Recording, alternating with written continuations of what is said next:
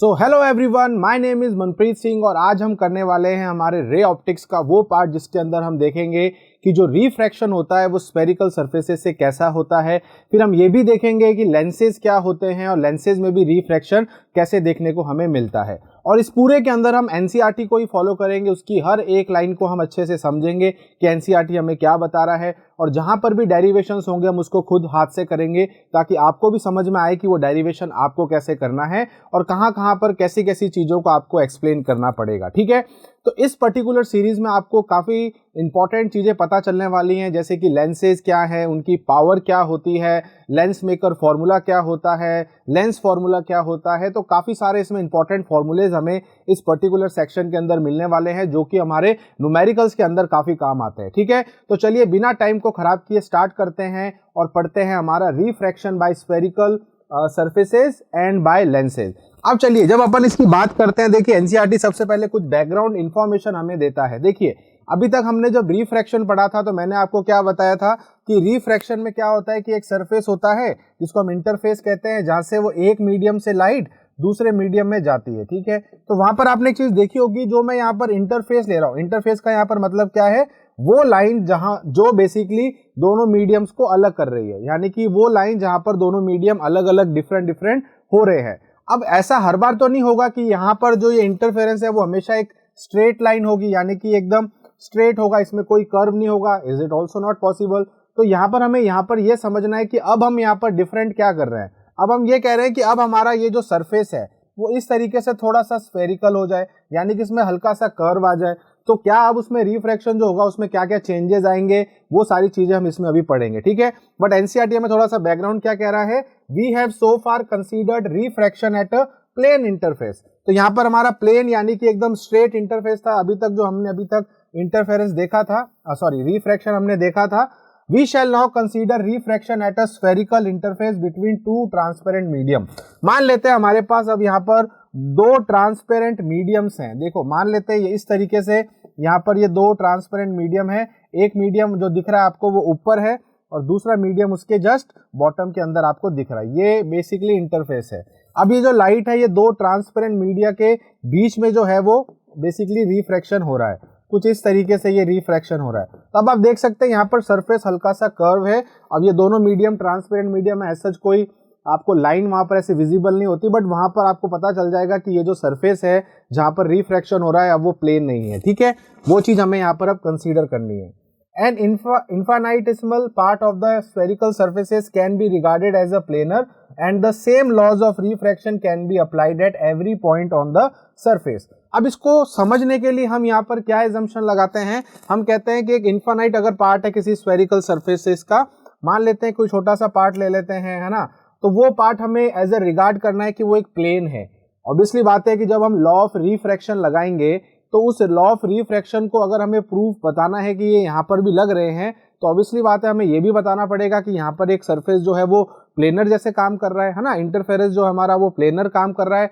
तो ये हमें वहां पर बताना पड़ेगा अगर हमें लॉ ऑफ रिफ्रैक्शन को वहां पर वैलिड प्रूफ करना है या वहां पर अप्लाई करना है। तो हम यहाँ पर क्या करेंगे, we will regard it as a planar and the same law of refraction can be applied at every point on the surface. तो हम इस इन्फानाइट जो हमारा स्फेरिकल सरफेस है ना, तो उसका एक छोटा सा पार्ट अगर हम लेंगे तो वो असल में हमारा एक प्लेन इंटरफेरेंस ही कहलाएगा और वहां पर हम हर पॉइंट पर, है ना, इन्फानाइट्स में मतलब होता है काफी छोटा सा पार्ट एक। ठीक है, तो उसको हम एज अ प्लेनर ही रिगार्ड करेंगे ताकि हम उसके अंदर लॉ ऑफ रिफ्रैक्शन जो है उसको इजीली वहां पर अप्लाई कर सके। ठीक है, हर एक पॉइंट में हम उसको अप्लाई कर सकते हैं। ठीक है, आगे चलते हैं। Just as for the refraction by the spherical mirror. अब यहाँ पर ये आपको वो पॉइंट बता रहा है जो हम ऑलरेडी कर चुके हैं स्फेरिकल मिरर्स के अंदर। देखिए अभी जो इससे पहले हमने पार्ट पढ़ा है रिफ्लेक्शन ऑफ लाइट, याद करिए, उसमें हमने ये भी देखा था कि reflection of light plane mirror पे भी होता है और कर्व्ड मिरर्स भी होते हैं, जैसे कि हमारा कॉनकेव और कॉन्वेक्स, राइट।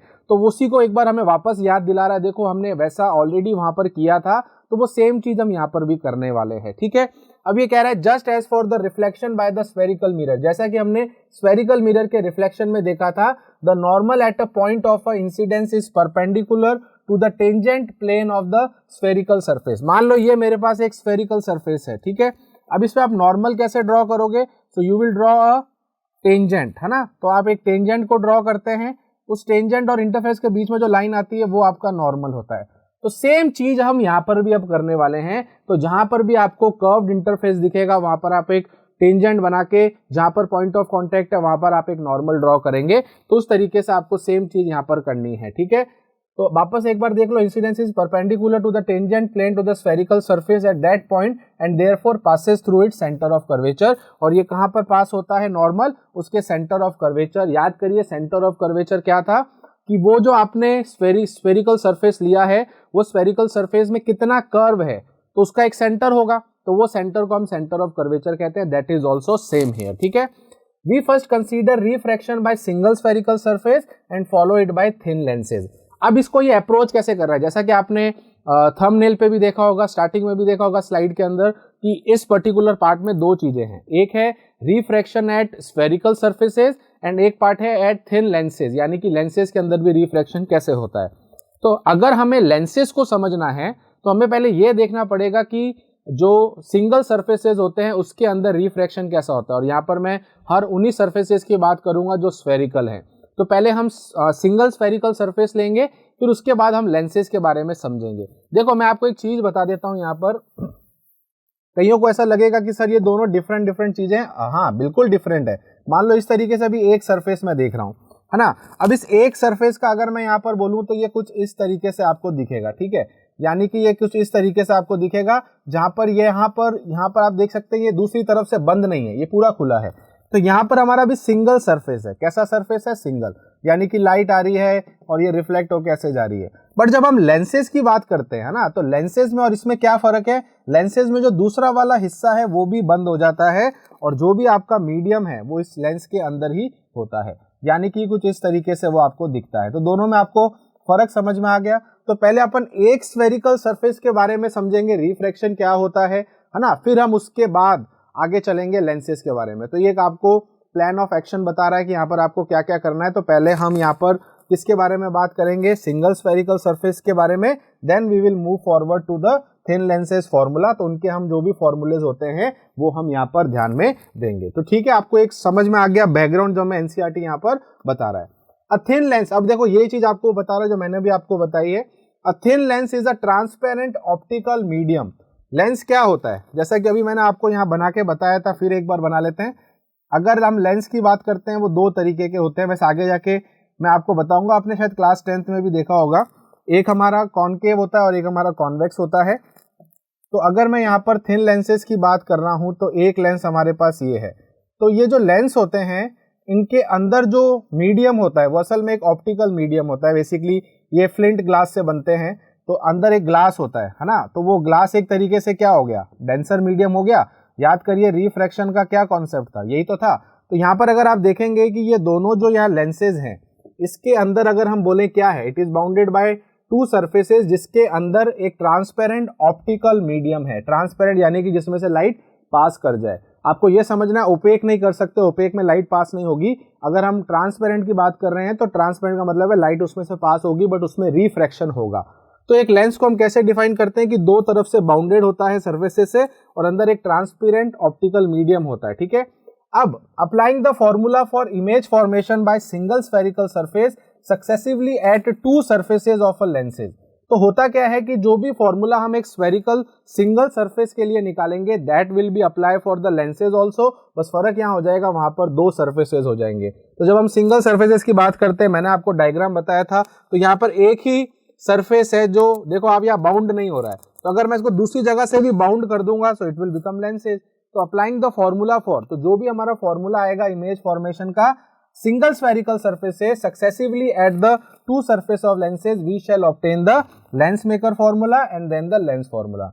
तो पहले हमें लेंस मेकर फॉर्मूला मिलेगा, then we will derive the lens formula. तो ये फॉर्मूले भी हम डिराइव करेंगे। एनसीईआरटी के अंदर भी ज्योमेट्री से इसको डिराइव किया गया है। तो यू डोंट वरी, मैं आपको पूरा वो बताऊंगा कैसे डिराइव करना है। तो पहले तो हम स्फेरिकल सरफेसेस का देखेंगे, then we will move forward to the lenses, ठीक है। तो यहाँ से दो तरीके के फॉर्मूले हमें मिलने वाले, lens maker formula okay and another will be the lens formula, ठीक है। बट एक के बाद एक आएगा, ऐसा नहीं है कि पहले लेंस फॉर्मूला आएगा देन लेंस मेकर, नहीं, पहले लेंस मेकर पढ़ेंगे then we will move to the lens formula, ठीक है। चलिए मूविंग फॉरवर्ड, अब देखिए यहाँ से हमारा जो टॉपिक स्टार्ट होता है, अभी जो मैंने आपको बताया वो बैकग्राउंड था, यानी कि इंट्रोडक्शन था कि इसमें हम क्या क्या करने वाले हैं। आपको पता तो रहे अभी तक हमने क्या किया है, हमने कैसे उसको अभी तक के सब्जेक्ट से अभी तक के टॉपिक से लिंक किया है, इसमें क्या हम नया करने वाले हैं और किस तरीके से इसमें लेंसेज और स्फेरिकल सरफेसेस के कुछ फॉर्मूलेज है जो हम यहाँ डिराइव करने वाले हैं। तो एक तरीके से हमें बैकग्राउंड पता चल गया। तो पहला काम अब हमारा यहाँ पर क्या है, रिफ्रैक्शन बाय स्फेरिकल सरफेस। तो एक स्फेरिकल सरफेस से पहले हम रिफ्रैक्शन निकालेंगे, then using that particular concept then we will move forward to the lenses. ठीक है, समझ में आ गया, कोई दिक्कत की बात नहीं है। अब यहाँ पर आपको एनसीईआरटी में देखोगे आपको एक दिखेगा फिगर 9.17। अभी मैं आपको ये फिगर दिखा देता हूँ, कुछ इस तरीके का फिगर है। तो आप देख सकते हैं कि इस फिगर के अंदर अगर मैं यहाँ पर अभी आपको शॉर्ट में समझाऊं तो ये एक स्फेरिकल इंटरफेरेंस है, दिख रहा है आपको, ये एक मीडियम 1 है, ये मीडियम 2 है। अब ये कहीं पर देखो बाउंड नहीं हो रहा है, सो this is not a lens, this is just a one spherical surface जो कि पीछे तक कहीं पर भी बाउंड नहीं हो रहा है, इन्फिनिट तक वैसे जा रहा है। तो लाइट एक मीडियम से दूसरे मीडियम में जा रही है तो इंटरफेरेंस हो रहा है, रिफ्रैक्शन हो रहा है। अब आपको मैं यहाँ पर रिफ्रैक्शन भी दिखा देता हूँ। ये देखिए यहाँ पर आपका ऑब्जेक्ट है, ओ का मतलब होता है ऑब्जेक्ट, ऑब्जेक्ट से लाइट निकली, this will be your first medium जिसका रिफ्रैक्टिव इंडेक्स कितना है, n1 है। अब ये स्फेरिकल इंटरफेरेंस पे गया तो हम यहाँ पर तो वही लगाएंगे लॉ ऑफ रिफ्रैक्शन। तो यहाँ से लाइट जो है, अब हमने यहाँ पर टेंजेंट खींची, यहाँ से एक नॉर्मल खींचा, नॉर्मल हमेशा कहाँ जाके मिलता है, सेंटर पे मिलता है, सेंटर ऑफ कर्वेचर पे मिलता है, वो मैंने आपको बता दिया। तो ये हमारा नॉर्मल है, तो लाइट यहाँ से हमारी क्या करेगी, रिफ्रैक्ट करेगी, रेयरर से डेंसर में जा रही है तो light will move forward toward the normal, तो नॉर्मल की तरफ हमारी लाइट मुड़ जाएगी, देन ये लाइट जाके यहाँ पर जहाँ बनेगी वहां हमारी इमेज बनेगी। तो यहाँ से जो लाइट निकली है ऑब्जेक्ट की, वो यहाँ पर उसकी ऑब्जेक्ट की इमेज बनाएगी। तो ये यहाँ पर हमारा रिफ्रैक्शन है। बाकी चीजें आप देख सकते हैं, ये हमारा एंगल आई है जो कि नॉर्मल और इंसिडेंट रे के बीच में बन रहा है। एंगल आर जो है वो रिफ्रैक्टेड रे और नॉर्मल के बीच में बन रहा है। ये हमारा सेंटर ऑफ कर्वेचर है। ये हमारा आप कह सकते हो एपर्चर, एपर्चर का मतलब होता है लेंथ ऑफ सरफेस। ठीक है, ओ से लेके एम तक ऑब्जेक्ट का डिस्टेंस u, सेम चीज है जो हमारे मिरर में थी। इमेज का डिस्टेंस v, c से m का डिस्टेंस हमारा क्या होता है r, r होता है रेडियस ऑफ कर्वेचर। तो सारी चीजें आपको यहाँ समझ में आ गई क्या है। अब देखते हैं एनसीईआरटी हमें यहाँ पर क्या बता रहा है। Figure 9.17 shows that the geometry of the formation of image I of an object O on a principal axis of a spherical surface with center of curvature C and radius of curvature R। तो सारी चीजें आपको मैंने बता दी। यहाँ पर आपके पास एक स्फेरिकल सरफेस है, एक ऑब्जेक्ट है, उसकी इमेज बन रही है, फिर उसके अलावा एक सेंटर ऑफ कर्वेचर है और एक रेडियस R है। रेडियस की जो कर्वेचर की जो रेडियस होती है वो R है। ठीक है, The ray are incident on a medium of a refractive index n1। तो यहाँ पर एक मीडियम है जो जिसका रिफ्रैक्टिव इंडेक्स n1 है, तो वहां से लाइट पास हो रही है और दूसरे मीडियम में जा रही है। तो वही चीज कह रहा है, the ray are incident from a medium of a refractive index n1 to another refractive index n2। तो यहाँ पर ये दूसरे मीडियम की तरफ जा रही है। अब as before we take the aperture और the lateral size of the surfaces to be small compared to the other distances involved so that small angle approximation can be made। तो यहाँ पर जितने भी आपको एंगल दिख रहे हैं, देखो वैसे तो जितना भी इसके अंदर एपर्चर है वैसे तो हल्का सा कर्व है, but what we are going to imagine here कि ये काफी ज्यादा कम है इसका जो आप कह सकते हो कर्वेचर है, सो दैट जितने भी यहाँ पर एंगल बन रहे हैं, एंगल आई, एंगल आर, ये सब के सब जो एंगल बनेंगे, समझ लो ये वाला एंगल हो गया, ये वाला एंगल हो गया, ये सारे एंगल जो होंगे ये काफी ज्यादा स्मॉल होने वाले हैं। देखो जनरली क्या होता है, एक लाइट आती है दूसरे मीडियम में चली जाती है तो वो प्लेन सरफेस में होता है, बट यहाँ हल्का सा कर्व है। तो ऑल दो व्हाट वी आर असल में हम यहाँ पर क्या चीजें हैं जो ऑलरेडी कहते हैं ना कि हम ऑलरेडी लेके चलेंगे सो दैट कि हमें आगे जाके प्रॉब्लम ना है। हम बोलेंगे जितने भी एंगल्स यहाँ पर बनेंगे all the angles are very small. ठीक है, तो सारे स्मॉल एंगल रहने वाले हैं। तो वही चीज यहाँ पर डिस्कस कर रहा है, as before we take the aperture of the surfaces to be small. तो काफी स्मॉल एपर्चर है, एपर्चर मतलब कर्व काफी स्मॉल है as compare to the other distances, बाकी डिस्टेंसेस से काफी छोटा ये डिस्टेंस होगा, so that the small angle approximation can be made. तो जितने भी एंगल्स होंगे उनको हम स्मॉल से स्मॉल रखने वाले हैं और ये इसका पर्टिकुलर हमारा डायग्राम होगा।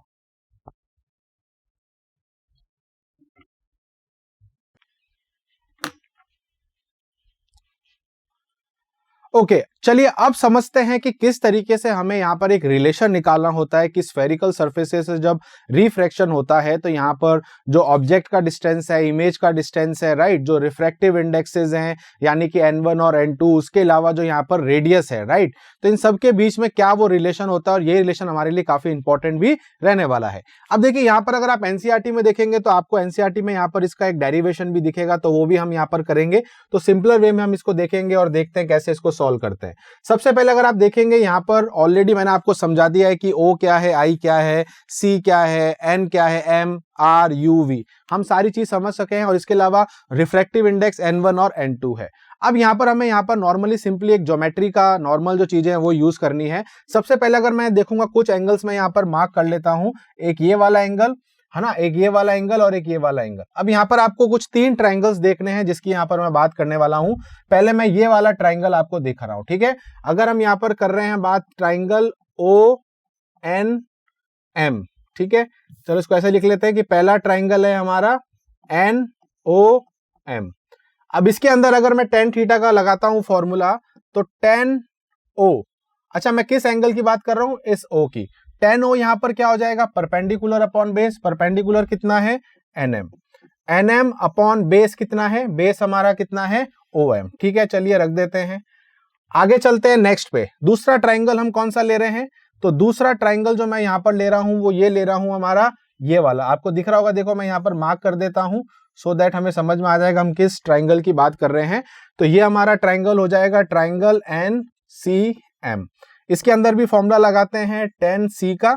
तो tan C का फॉर्मूला बनेगा परपेंडिकुलर, परपेंडिकुलर सेम रहेगा NM और बेस यहां पर चेंज होके बन जाएगा MC। ठीक है, तो ये हमारा दूसरा ट्रायंगल हो गया। अब बात करते हैं तीसरे ट्रायंगल की। तो तीसरा ट्रायंगल हमारा ये वाला ट्रायंगल हो जाएगा जिसमें ये एंगल I हमें लेना है। ठीक है, तो इस ट्रायंगल को हम बोल देंगे ट्रायंगल NIM। ठीक है, इस ट्रायंगल के अंदर भी फॉर्मूला लगा देंगे तो tan I कितना हो जाएगा, परपेंडिकुलर अपॉन बेस। तो यहां पर हमारा परपेंडिकुलर वही रहेगा सेम NM और बेस हमारी यहां पर क्या बन जाएगी, बेस बन जाएगी MI। क्या बन जाएगी, MI। यहां तक सबको समझ में आ गया।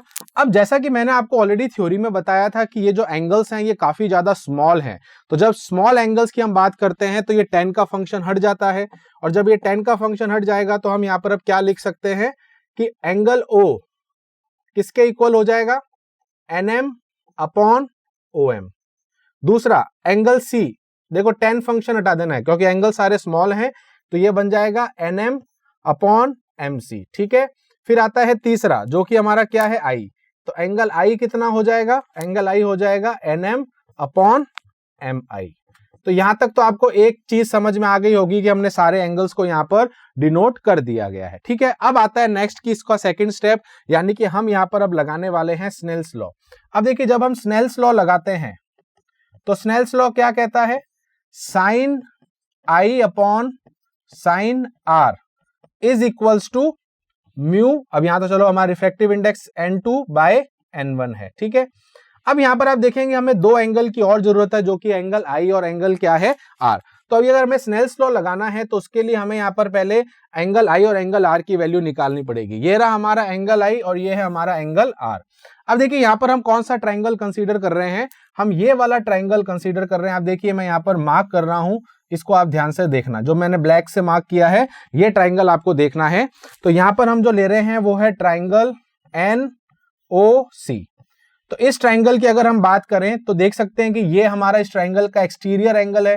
तो as per the law of triangle की जो एक्सटीरियर एंगल होता है वो इन दोनों जो हमारे एंगल्स हैं इनके सम के बराबर होगा। तो हमारा एंगल I क्या है, तो एंगल I हो जाएगा sum of O plus C। तो sum of angle O plus C। Similarly अगर आप देखेंगे एंगल R के बारे में तो ये वाला एंगल क्या होगा, अब इसके लिए अगर आप देखेंगे तो हमें ये वाला ट्रायंगल कंसीडर करना है। तो एंगल R इन दोनों का सब्ट्रैक्शन हो जाएगा। ठीक है, तो एंगल R क्या हो जाएगा, एंगल R हो जाएगा angle C minus angle I। तो यहां से हमने एंगल I और एंगल R की वैल्यू निकाल दी। अब हम क्या करते हैं, इसके अंदर इसकी वैल्यू को पुट कर देते हैं। ठीक है, अब देखिए यहां पर जैसा कि हमें पता है कि एंगल ये भी दोनों छोटे हैं और मैंने आपको स्टार्टिंग में बताया था सारे एंगल यहां पर स्मॉल होते हैं।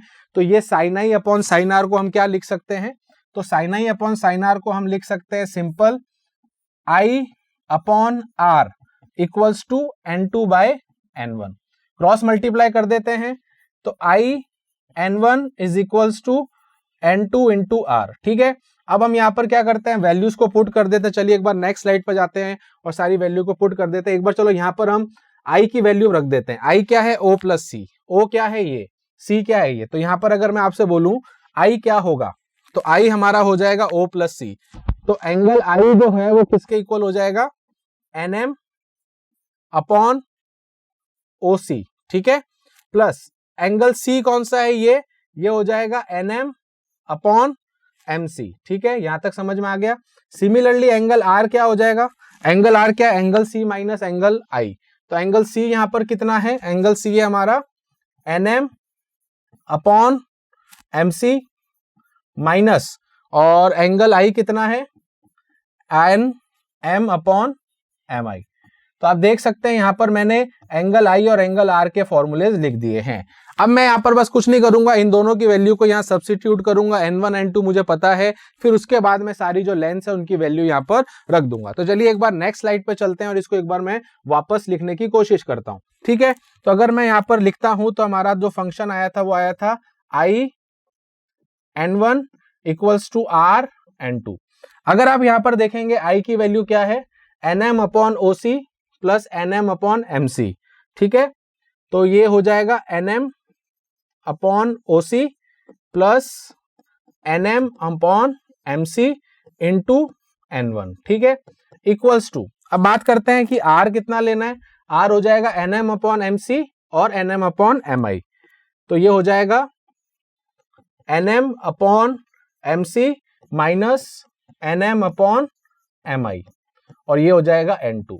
ठीक है, अब चलिए यहां पर हम क्या करते हैं, सारी लेंथ के बारे में बात कर लेते हैं। उससे पहले आप देख सकते हैं NM यहां से कॉमन आके कैंसल आउट हो जाएगा।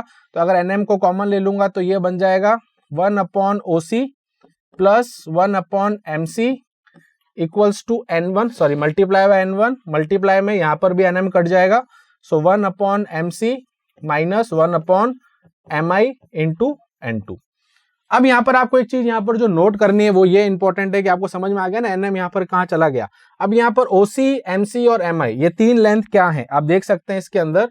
अगर मैं बात करता हूं OM की, OM हमारा U है, उसके अलावा O तो छोड़ो, हाँ MC R है और MI हमारा V है। समझ में आया, देखो OM क्या है, U ऑब्जेक्ट का डिस्टेंस, MC क्या है, रेडियस ऑफ कर्वेचर, और MI क्या है, ऑब्जेक्ट इमेज का डिस्टेंस। ठीक है, अच्छा एक और इंपॉर्टेंट चीज, साइन कन्वेंशन हमें यहां पर लगाना है। ठीक है, अब देखिए अगर मुझे ये वाला डिस्टेंस मेजर करना है तो यहां जाना पड़ेगा, तो साइन मेरा आएगा माइनस का, उधर जाना पड़ेगा तो साइन आएगा प्लस का। तो U हमारा माइनस का होगा, बाकी R हमारा प्लस का होगा और V हमारा प्लस का होगा। ठीक है, तो चलिए अब इसकी वैल्यू मैं यहां पर पुट कर देता हूं। ठीक है, तो जो हमारा OC है, देखो OC कहां है, OC है हमारा ये यहां से लेके यहां तक। एक बार चेक कर लेते हैं कहीं पर कुछ मिस तो नहीं हुआ है। OC हमारा हो गया, एक सेकेंड, OM है, सॉरी यहां पर मैंने OC लिख दिया। एंगल I कितना है, एंगल I है हमारा angle O plus angle C, sorry ये OM है, OC नहीं है, OM है। तो यहां पर भी मैं चेंज कर देता हूं, ये OM है, ठीक है, ना कि OC है। तो ये OM हमें यहाँ पर लिखना है। ठीक है, अब यहाँ पर समझ में आ गया। चलो पीछे चलते हैं। OM कितना है हमारा, U है, तो यहाँ पर हम पुट कर देते हैं। सो ये 1 बाय U, प्लस का कि माइनस का, माइनस का, साइन कन्वेंशन लगाया, प्लस का। MC क्या है देखिए, MC हमारा यहाँ से लेके यहाँ तक है जो कि R है, प्लस का लेंगे कि माइनस का, प्लस का लेंगे तो प्लस का R आ गया। ठीक है, N1 equals to 1 upon MC। अच्छा MC क्या है, MC यहां से लेके यहां तक वही R है, प्लस का आएगा, बिल्कुल प्लस का आएगा, तो 1 बाय R आ गया। और ये माइनस का माइनस ही रहेगा क्योंकि ये हमारा V है जो कि प्लस का ही लेना है, और ये हमारा N2 आ गया। अब चलिए इसको सॉल्व कर लेते हैं। N को मैं और N2 को दोनों को मल्टीप्लाई कर देता हूं। N1 को ब्रैकेट के अंदर पुट करूंगा तो ये आएगा N1 माइनस का upon U plus N1 upon R। ठीक है, इक्वल्स टू, यहां पर देखेंगे N2 को मल्टीप्लाई कर देंगे, N2 upon R minus N2 by V। ठीक है, यहाँ तक समझ में आ गया। अब देखिए r वाली टर्म को एक तरफ ले लेते हैं, uv वाली टर्म को एक तरफ ले लेते हैं। तो एक काम मैं यहाँ पर क्या कर सकता हूँ, आप कुछ भी कर सकते हैं, दिक्कत नहीं, आप इसको वहां ट्रांसफर कर दें, इसको यहाँ ट्रांसफर कर दें, तो ये हो जाएगा n2/v। इस माइनस वाली टर्म को इधर लिया है तो प्लस की बन गई, -n1/u, ये टर्म वैसी की वैसी आ गई, इक्वल्स टू, इसको मैंने वहां ट्रांसफर कर दिया था, तो n2/r माइनस n1/r। अब तो इसको हम सॉल्व करेंगे तो ये हमारा आ गया n2 माइनस n1, नीचे है v और यहां पर है u, इक्वल्स टू, अब इसमें देखिए r कॉमन आ जाएगा तो ये बन जाएगा n2 minus n1 divide by r। Now this is your important formula जो आपको ध्यान में रखना है। तो ये रिलेशन तो था हमारा, जिसके अंदर आप देख सकते हैं हमारे रिफ्रैक्टिव इंडेक्सेस आ रहे हैं, हमारा u आ रहा है, v आ रहा है और r आ रहा है, ठीक है। तो जो जो टर्म हमने यहाँ पर देखी थी वो हम उसको यहाँ पर देख रहे हैं, ठीक है। तो अब इस पे क्वेश्चंस कैसे आएंगे वो मैं आपको आगे जाके बताऊंगा, एग्जांपल हम इसका लेंगे, बट ये है हमारा रिफ्रैक्शन बाय स्फेरिकल सर्फेसेस। तो ये डेरिवेशन आप वापस देख लीजिए जो मैंने आपको बताया है, ठीक है। एक जगह जो मैंने गलती से लिख दिया था ओसी, वहां आप ओएम समझ लेना, क्योंकि वहां पर ओएम की जगह मैंने गलती से ओसी लिख दिया था, बाकी सब चीजें सही है, ठीक है। तो पहले हमने यहाँ पर 3 एंगल्स के बारे में बात कर ली, ओ के बारे में, सी के बारे में, आई के बारे में। फिर हमने बोला कि एंगल स्मॉल है तो सारे एंगल्स की वैल्यू लिख दी, स्नेल्स लॉ लगाया, स्नेल्स लॉ में भी एंगल छोटे हैं, स्मॉल हैं, तो आई और अपॉन आर कर दिया, और फिर हमने आई की वैल्यू दूसरे ट्रायंगल से और आर की वैल्यू दूसरे ट्रायंगल से रख दी, फिर हमने सारी वैल्यू को वहां ट्रांसफर किया, then we have solve this particular equation, और जब इक्वेशन को सॉल्व किया हमें फाइनल ये वाली इक्वेशन मिल गई। अब ये ही हमारी सबसे इंपॉर्टेंट रिलेशन है जिसके अंदर हमने साइन कन्वेंशन भी लगाया है। So this particular relation can be asked in examination, they can ask you find out the relation between u, v, r and n1 and n2 for a single refracting surfaces, right? जब refraction एक single surface से होता है, so this is your required formula. Okay, अब चलिए हम करते हैं एनसीईआरटी का एक सॉल्व एग्जांपल, जो कि एग्जांपल नंबर 9.6 है, जो आपको एनसीईआरटी में दिख जाएगा। तो अभी जो हमने यहाँ पर फॉर्मूला डिराइव किया था उसी पे बेस्ड ये हमारा न्यूमेरिकल एक आया गया है, ठीक है। अब आपको यहाँ पर 2 चीजें ध्यान में रखनी है, एक तो वो रिलेशन क्या है, उस रिलेशन को मैं याद कैसे करना है वो भी बता दूंगा। सेकंड चीज, साइन कन्वेंशन का भी जरूर ध्यान रखना है, क्योंकि कई बार हम साइन कन्वेंशन नहीं लगाते तो उससे हमें नेचर के बारे में दिक्कत आ जाएगी। नेचर बताने में, इमेज का नेचर क्या है वो हमें प्लस माइनस से ही पता चलता है, ठीक है। अब यहाँ पर आपको ये चीज समझनी है कि the light from a point source, तो कह रहा है कि एक पॉइंट सोर्स है, वही पर्टिकुलर हमारा केस है, ये हमारा कर्व सरफेस है, ठीक है। यहाँ पर एक पॉइंट है, ये हमारी प्रिंसिपल एक्सिस है, ये हमारा पॉइंट है यानी कि ऑब्जेक्ट है, ठीक है। A light from a point source of in air, तो ये हमारा एयर मीडियम हो गया, on a spherical glass surface, तो ये हमारा सरफेस कैसा है, ग्लास है, ठीक है। अब ये कह रहा है कि जिसका n कितना है, तो ये ग्लास का n आपको दिया हुआ है 1.5, ठीक है। एंड रेडियस ऑफ कर्वेचर 20, और इसकी रेडियस ऑफ कर्वेचर आपको दी गई है 20 सेंटीमीटर, ओके।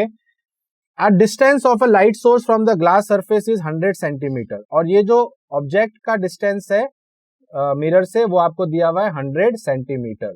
अब आपको बताना है कि इमेज कहां बनेगी, इससे जो रे यहाँ पर आपकी निकलेगी, ठीक है। इसको मैं डिफरेंट कलर से यूज कर लेता हूं, तो ये जो हमारी रे यहाँ पर जाएगी वो यहाँ कहीं मिलेगी, तो हमें बताना है कि यहाँ पर ये डिस्टेंस हमारा v कितना होगा। अब आप देख सकते हैं कि यहाँ पर एयर है, तो एयर का n हम लगभग 1 लेते हैं, तो ये हमारा 1 है, ये हमारा 1.5 है, रेडियस हमें दी गई है, u हमें दिया गया है, v हमें निकालना है। तो वही रिलेशन काम में आएगा कि नहीं आएगा, बिल्कुल सर आएगा। अब वो याद कैसे करना है तो उसका मैं आपको तरीका बताता हूँ। सबसे पहले आप लिखो n2, n2 के नीचे लिखो हमेशा v। कैसे याद रखना है, n2 बाद में आ रहा है तो v भी बाद में आएगा, ठीक है, मतलब इस तरफ v रहता है, तो n2/v माइनस n1/u, और इस तरफ n1 है तो u भी इस तरफ है तो उसके नीचे अब u लगा दीजिए, equals to n2 minus n1 divide by r। तो ये रिलेशन हमें काम में लेना है, वैसे मैंने आपको डिराइव करके भी ये रिलेशन बता दिया है। अब यहाँ पर अगर मैं बोलूं n1 क्या है, n1 हमारा यहाँ पर n1 हमारा एयर है, तो एयर का हम 1 लेंगे, n2 हम लेंगे ग्लास का जो कि 1.5 है, जिसको हम 3/2 भी लिखते हैं, ठीक है। 1.5 3/2 होता है।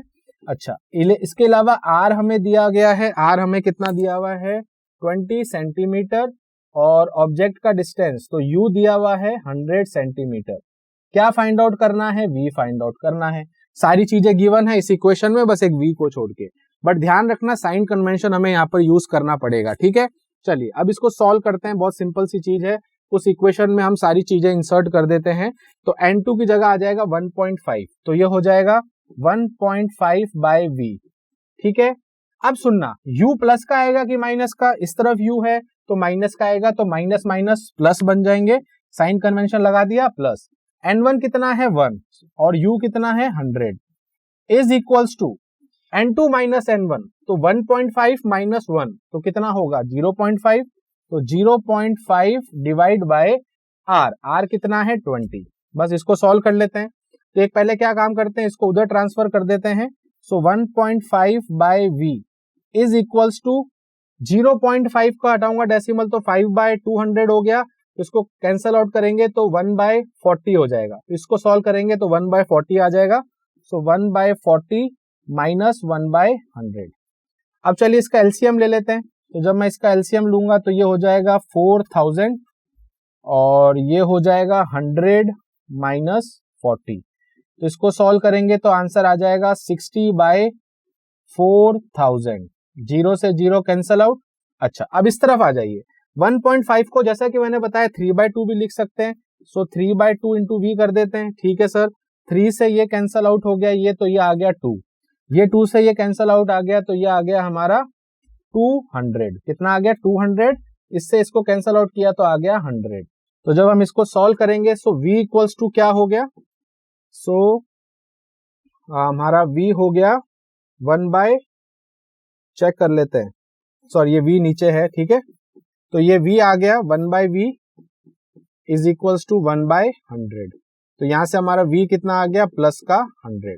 अच्छा, ये प्लस क्या हमें डिनोट कर रहा है कि जो हमारी इमेज है वो हमारे सरफेस के पीछे है। बिल्कुल सही है, वो हमारी बात भी एकदम सही है। तो इस तरीके से हमने क्या किया है, हमारे इमेज का डिस्टेंस बता दिया मिरर से कितना है, at what position the image is form, जो हमने यहाँ पर बता दिया। तो ये प्लस माइनस से भी आपको आइडिया रहेगा कि हमने यहाँ पर कैलकुलेशन सही की है कि नहीं की है। तो हमेशा ध्यान रखना है कि साइन कन्वेंशन आपको हमेशा यूज करना है। अब चलिए नेक्स्ट टॉपिक पे चलते हैं, जो कि ये है रिफ्रैक्शन बाय लेंसेज। तो अभी तक हमने ये देख लिया था कि जो स्फेरिकल सरफेसेज होते हैं उसकी वजह से जो हमारा रिफ्रैक्शन होता है उसमें हमारी कौन सी इक्वेशन होती है। तो अगर आपने वो इक्वेशन देख लिया तो अब आपको ये समझना है कि अगर हम वो उसको अब लेंस बना दें, जैसा कि मैंने आपको स्टार्टिंग में बताया था कि लेंस के लिए हमें क्या ध्यान रखना है कि लेंस में आपके दोनों तरफ से वो बाउंडेड रहता है ना। जब दोनों तरफ से वो बाउंडेड रहेगा तो बीच में जो आपका है वो आपका रिफ्रैक्टिंग सरफेस होता है, जहां से आपका रिफ्रैक्शन होता है। आगे जाके मैं आपको बताऊंगा लेंसेज के टाइप्स कौन कौन से होते हैं, कॉनकेव और कॉन्वेक्स। वैसे हम ऑलरेडी उसको क्लास 10th में देख चुके हैं, बट स्टिल मैं आपको एक बार वापस उसका बेसिक बताऊंगा। बट अभी हम यहाँ पर देख लेते हैं कि अगर कोई भी लेंस होता है तो उसके अंदर रिफ्रैक्शन कैसे होता है, फिर वहां से हमें लेंस मेकर फॉर्मूला कैसे मिलता है, और लेंस मेकर से हम कैसे देखते हैं कि लेंस की इक्वेशन क्या है, जो कि मैंने आपको स्टार्टिंग में बताया था हम इस पर्टिकुलर सेक्शन में करने वाले हैं। ठीक है, तो अभी तक हमने जो देखा था, हमने ये देखा था कि इस तरीके से अगर कोई हमारा रिफ्रैक्टिंग सरफेस होता है और अगर ऑब्जेक्ट जो होता है वो यहाँ पर है तो उसकी इमेज यहाँ पर बनती है, और वहां पर हमने कुछ इस तरीके से उसका रिफ्रैक्शन देखा था। ठीक है, तो यहाँ तक तो हमने ऑलरेडी इस चीज को समझ लिया था। अब पॉइंट ये आता है कि यहाँ से जो हमें इक्वेशन मिली थी वो ये मिली थी, समझ लो कि यहाँ का जो रिफ्रैक्टिव इंडेक्स है वो N2 है और यहाँ का रिफ्रैक्टिव इंडेक्स N1 है। तो N2 बाय V क्या है, इमेज का distance, minus N1 bye U, यहाँ पर U क्या है, ऑब्जेक्ट का distance, is equals to N2 minus N1 by R। तो ये हम ऑलरेडी इक्वेशन देख चुके थे। अभी देखो इसमें एक चीज आपको ध्यान रखनी है, क्योंकि अगर आपको एक बार पैटर्न समझ में आ गया तो आप इस लेंस में भी वो चीज को इंप्लाई कर सकते हैं। वो ये है कि आपको जब ये इक्वेशन आप लिखते हैं तो लाइट जिसमें एंटर कर रही है, लाइट जिसमें एंटर कर रही है वो पहले आता है, यानी कि जिसमें लाइट एंटर कर रही है। जैसे इस केस में लाइट अभी इस मीडियम से इस मीडियम में जा रही है तो N2 आएगा, तो N2 बाय हमारा V आएगा। अगर लाइट हमारी यहां से यहां एंटर करती तो N1 अपॉन V1 करते। आपको बात समझ में आ रही है? यानी कि आपको यह समझना पड़ेगा कि लाइट किस तरफ से आ रही है और किस सरफेस में वो एंटर कर रही है, बिकॉज जब हम लेंसेज पढ़ेंगे तो दोनों चीजें होंगी। अभी तो आप देख रहे हैं कि लाइट इस मीडियम से इस मीडियम में जा रहा है और इमेज बना रहा है, बट ऐसा नहीं होता। लेंस में वापस वो लाइट बाहर और निकलती है, तो यानी कि वो लाइट वापस हमारे उस पर्टिकुलर मीडियम से वापस हमारे जो इनिशियल मीडियम है उसमें जाती है। तो वहां पर हमारा 2 बार रिफ्रैक्शन होता है। तो इसीलिए आपको यह समझना है, वहां पर हमें ये 2 इक्वेशन बनानी पड़ेगी। तो आपको बस ये देखना है कि जो पहली चीज आती है वो आती है, उसका रिफ्रैक्टिव इंडेक्स आता है जिसमें लाइट एंटर कर रही है। ठीक है, चलिए एक बार देखते हैं कि हमें यहाँ पर क्या कह रहा है। Figure 9.18 shows the geometry of the image formation bye double convex lens. अभी मैं आपको आगे जाके बताऊंगा डबल कॉन्वेक्स लेंस का क्या मतलब होता है, जिसमें दोनों के दोनों जो सरफेसेज हैं वहां पर हमारा कर्व्ड है। ठीक है, तो ये कह रहा है कि एक फिगर है, आप उसको एनसीईआरटी में देखेंगे तो आपको कुछ इस तरीके से ये फिगर दिखेगा। अगर मैं इसको जूम करता हूं थोड़ा सा तो आप इसको देख सकते हैं, कुछ इस तरीके से ये फिगर है और ये फिगर के अंदर आपको बोल रहा है कि एक डबल कॉन्वेक्स लेंस है, उसमें ये ऑब्जेक्ट है और उसकी यहाँ पर इमेज बन रही है। तो यहां तक तो बहुत बेसिक सी चीज है। ठीक है, अब ये कह रहा है the image formation can be seen in two steps. अब यानी कि आपकी जो यहाँ पर इमेज बन रही है वो 2 स्टेप्स के अंदर हमें यहाँ पर समझना है। अब यहां से हमारा डेरिवेशन का पार्ट भी स्टार्ट होगा और यहां से हमें लेंस मेकर फॉर्मूला भी मिलने वाला है। अब इसको 2 स्टेप में कैसे समझना है इमेज को, देखो अगर हम यहाँ पर डबल कॉन्वेक्स लेंस की बात कर रहे हैं तो इसमें 2 हमारे सरफेसेस हो रहे हैं। आप देख सकते हैं कि एक तो यहां से हो रहा है और एक वापस बाहर जा रहा है। तो यहाँ पर 2 स्टेप्स में हमारी इमेज बनेगी। पहला step, the first refracting surface forms the image I1 of the object O। जैसे आप देख सकते हैं यहाँ पर ये पहला सरफेस लिया है। इस पहले सरफेस में अगर हम ऑब्जेक्ट को यहाँ रखते हैं तो उसकी इमेज हमारी I1 पे बन रही है। ये हम ऑलरेडी पहले भी देख चुके हैं, अभी मैं आपको ये डेरिवेशन भी करवाऊंगा।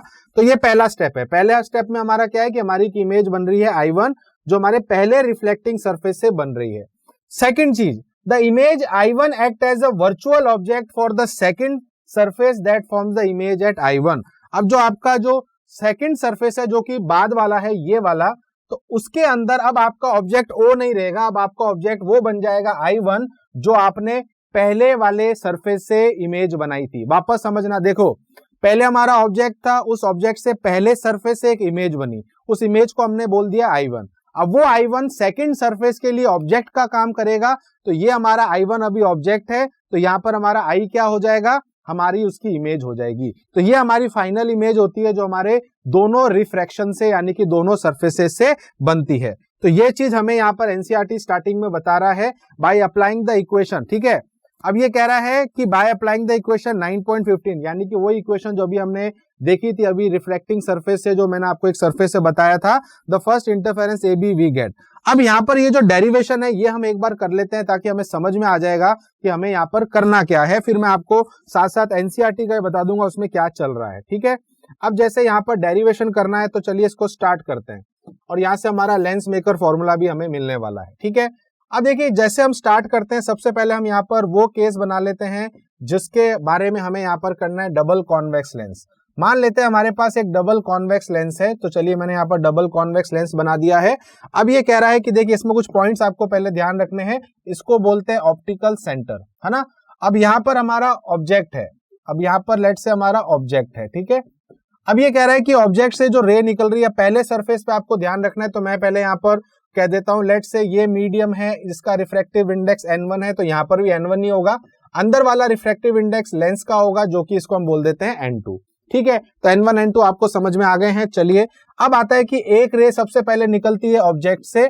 अब देखिए यहां से यहाँ पर को मैंने देखा था, आपको एनसीईआरटी में बताया था 2 स्टेप्स में यहाँ पर इमेज बनेगी। पहले आपका ये वाला सरफेस एक्टिवेट होगा। अब आपको पता है कि इसकी जो नॉर्मल है ना, जो नॉर्मल हम बनाते हैं, ठीक है, लेट से नॉर्मल हम ब्लू से बना लेते हैं। तो ये हमारी नॉर्मल है और आपको पता है नॉर्मल कहां जाके मिलती है, थोड़ा सा इसको बड़ा कर लेते हैं। ठीक है, तो लेट से ये हमारी नॉर्मल है और ये यहां पर आके मिल रही है, तो ये हमारा सेंटर, इसको अभी मैं C1 कह देता हूं। ठीक है, अच्छा यहां पर इसकी रेडियस O से नापेंगे तो ये हमारी हो जाएगी R1। ठीक है, इसको हम बोल देते हैं R1। R1 क्या है, हमारे इस सरफेस की रेडियस कर्वेचर। ठीक है, अब ये हमारा नॉर्मल हो गया जिसको हम बोल देते हैं N1। N1 हमारा नॉर्मल है फर्स्ट। तो याद करिए पहले सरफेस में क्या हुआ था, लाइट यहां से रिफ्रैक्ट करती है हल्का सा टुवर्ड्स द नॉर्मल, तो ये इस तरीके से यहां तक आती है। अब इसको अगर मैं एक्सटेंड करूंगा तो हमारी पहली इमेज जो बनेगी लेट से वो यहां बन रही है, इसको हम बोल देते हैं I1। तो पहला हमने अभी वैसे इस सरफेस को अभी तक हमने क्या किया है, कंसीडर किया है, अभी हम सेकंड सरफेस पे नहीं गए हैं। तो लेट से ये वाला सरफेस हमारा फर्स्ट सरफेस है, ये हमारा सेकंड सरफेस है। तो अभी हम फर्स्ट सरफेस की बात कर रहे हैं। तो अगर मैं यहाँ पर फर्स्ट सरफेस के अंदर फॉर्मूला लगाऊंगा जो अभी हमने पहले देखा था, तो फर्स्ट सरफेस में अगर हम फॉर्मूला लगाएंगे तो क्या बनेगा, मैंने क्या बताया था, जिस मीडियम में लाइट जाती है पहले उसका रिफ्रैक्टिव इंडेक्स लेना है जो कि N2 है। तो ये हो गया N2 बाय अच्छा, अब यहाँ पर आप देखिए इमेज का डिस्टेंस ये है, इसको मैं लेट से कह देता हूं v, लेट से v डैश, इसको हम v डैश अभी कह देते हैं। और u तो आप सभी को पता है, u हमारा ये है, ठीक है। साइन कन्वेंशन हम एंड में लगाएंगे, कोई दिक्कत की बात नहीं है। तो चलिए पहले सरफेस की हम यहाँ पर इक्वेशन लिखते हैं। तो पहले सरफेस की मैं यहाँ पर इक्वेशन लिखूंगा तो देखिए क्या बनेगा, n2 में जा रहा है तो n2 पहले आएगा, डिवाइड बाय ऑब्जेक्ट का डिस्टेंस कितना है v डैश, लिख दिया, माइनस अब आता है यहाँ पर दूसरा जो कि होता है जिससे लाइट आ रही है, वो है n1 डिवाइड बाय ऑब्जेक्ट का डिस्टेंस u। अभी सारे साइन कन्वेंशन हम बाद में लगाएंगे, अदरवाइज कंफ्यूजन हो जाएगा, ठीक है। इक्वल्स टू क्या लगाते हैं, n2 माइनस n1, ठीक है, इसको ढंग से लिख लेते हैं, n2 minus n1 divide bye r1। तो ये हो गई हमारी इक्वेशन नंबर फर्स्ट। अब ये इक्वेशन नंबर फर्स्ट है हमारे पहले सरफेस की, तो आप इसको थोड़ा सा आराम से समझना, बिकॉज एनसीईआरटी में कई बार हम कंफ्यूज हो जाते हैं। तो हमने पहले सरफेस का यहाँ पर इक्वेशन लिख लिया है। अब आता है कि सेकंड सरफेस को हम कैसे डील करें। अब आप देखिए सेकंड सरफेस में क्या होगा, जैसे कि आपने एनसीईआरटी में देखा था कि जो सेकंड सरफेस है पीछे वाला, उसके लिए ऑब्जेक्ट वो बन जाएगा जो पहले सरफेस की इमेज थी। तो पहले सरफेस की इमेज I1 थी, तो ये सेकंड सरफेस के लिए ऑब्जेक्ट का काम करेगा, वो भी हम यहाँ पर देख लेते हैं। अब देखो जाना तो इसको ऐसे चाहिए था, बट यहाँ पर अब जैसे आप देखेंगे कि अब ये डेंसर से वापस रेयरर में जा रहा है, तो यहाँ पर भी हमारी नॉर्मल आएगी। तो लेट से यहाँ नॉर्मल ड्रॉ कर देते हैं। तो ये हमारा सेकंड सेंटर हो गया, जिसको हम C2 कह देते हैं। ये हमारी सेकंड नॉर्मल जो हमारा N2 हो जाएगा, ठीक है, ओके। अब देखिए इसको जाना ऐसे था, बट ये लेट से ये ऐसे आ गया है ना, अब ये ऐसे आ गई लाइट। तो इस तरीके से हमारा रिफ्लेक्शन हो गया है, रिफ्रैक्शन हो गया है। तो अब ये हमारा जो डिस्टेंस है O से, ये वाला, इसको हम बोल देते हैं V। अब ये है जहां पर हमारी फाइनल इमेज बनती है इस O ऑब्जेक्ट की।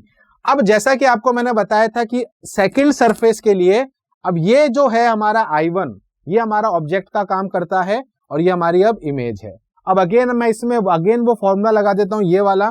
तो चलिए सेकंड सरफेस के लिए भी फॉर्मूला लगा देते हैं। अब देखिए सेकंड सरफेस के लिए जब हम फॉर्मूला लगाएंगे तो आपको एक चीज हमेशा यहां पर ध्यान रखनी है, वो ये है कि अब जो है वो इमेज जो है, सॉरी रे जो है वो अब हमारी जो है वो यहां से इस मीडियम में जा रही है। तो मैंने आपको रूल क्या बताया था, पहले वो मीडियम आएगा जिसमें लाइट जा रही है। तो लाइट अब N1 में जा रही है, तो पहले क्या आएगा, N1। तो चलिए N1 लिख लेते हैं। तो यहां पर आ जाएगा N1 डिवाइड बाय, अब देखिए यहां पर हम नीचे क्या लिखते हैं, इमेज का डिस्टेंस, जो कि हमारे लिए क्या है, V। तो यहां पर आ गया N1 बाय V, माइनस अब ये I कहां से है, N2 से, N2 डिवाइड बाय ऑब्जेक्ट का डिस्टेंस। ऑब्जेक्ट का डिस्टेंस अभी हम I1 को मानेंगे ऑब्जेक्ट, तो उसका डिस्टेंस कितना है, V डैश। तो हमने यहां पर रख दिया V dash is equals to N1 minus N2 divide by R2।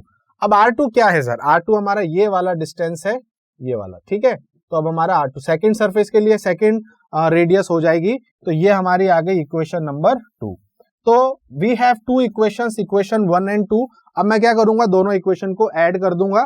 तो जब मैं ऐड करूंगा इक्वेशन 1 एंड 2, तो देखिए हमें क्या मिलता है।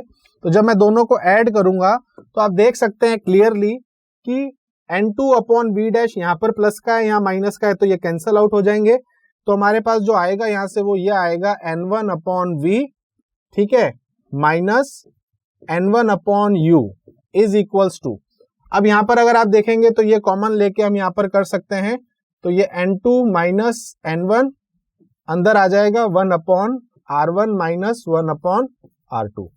यहां तक बात समझ में आ गई, सिंपल सी चीज है।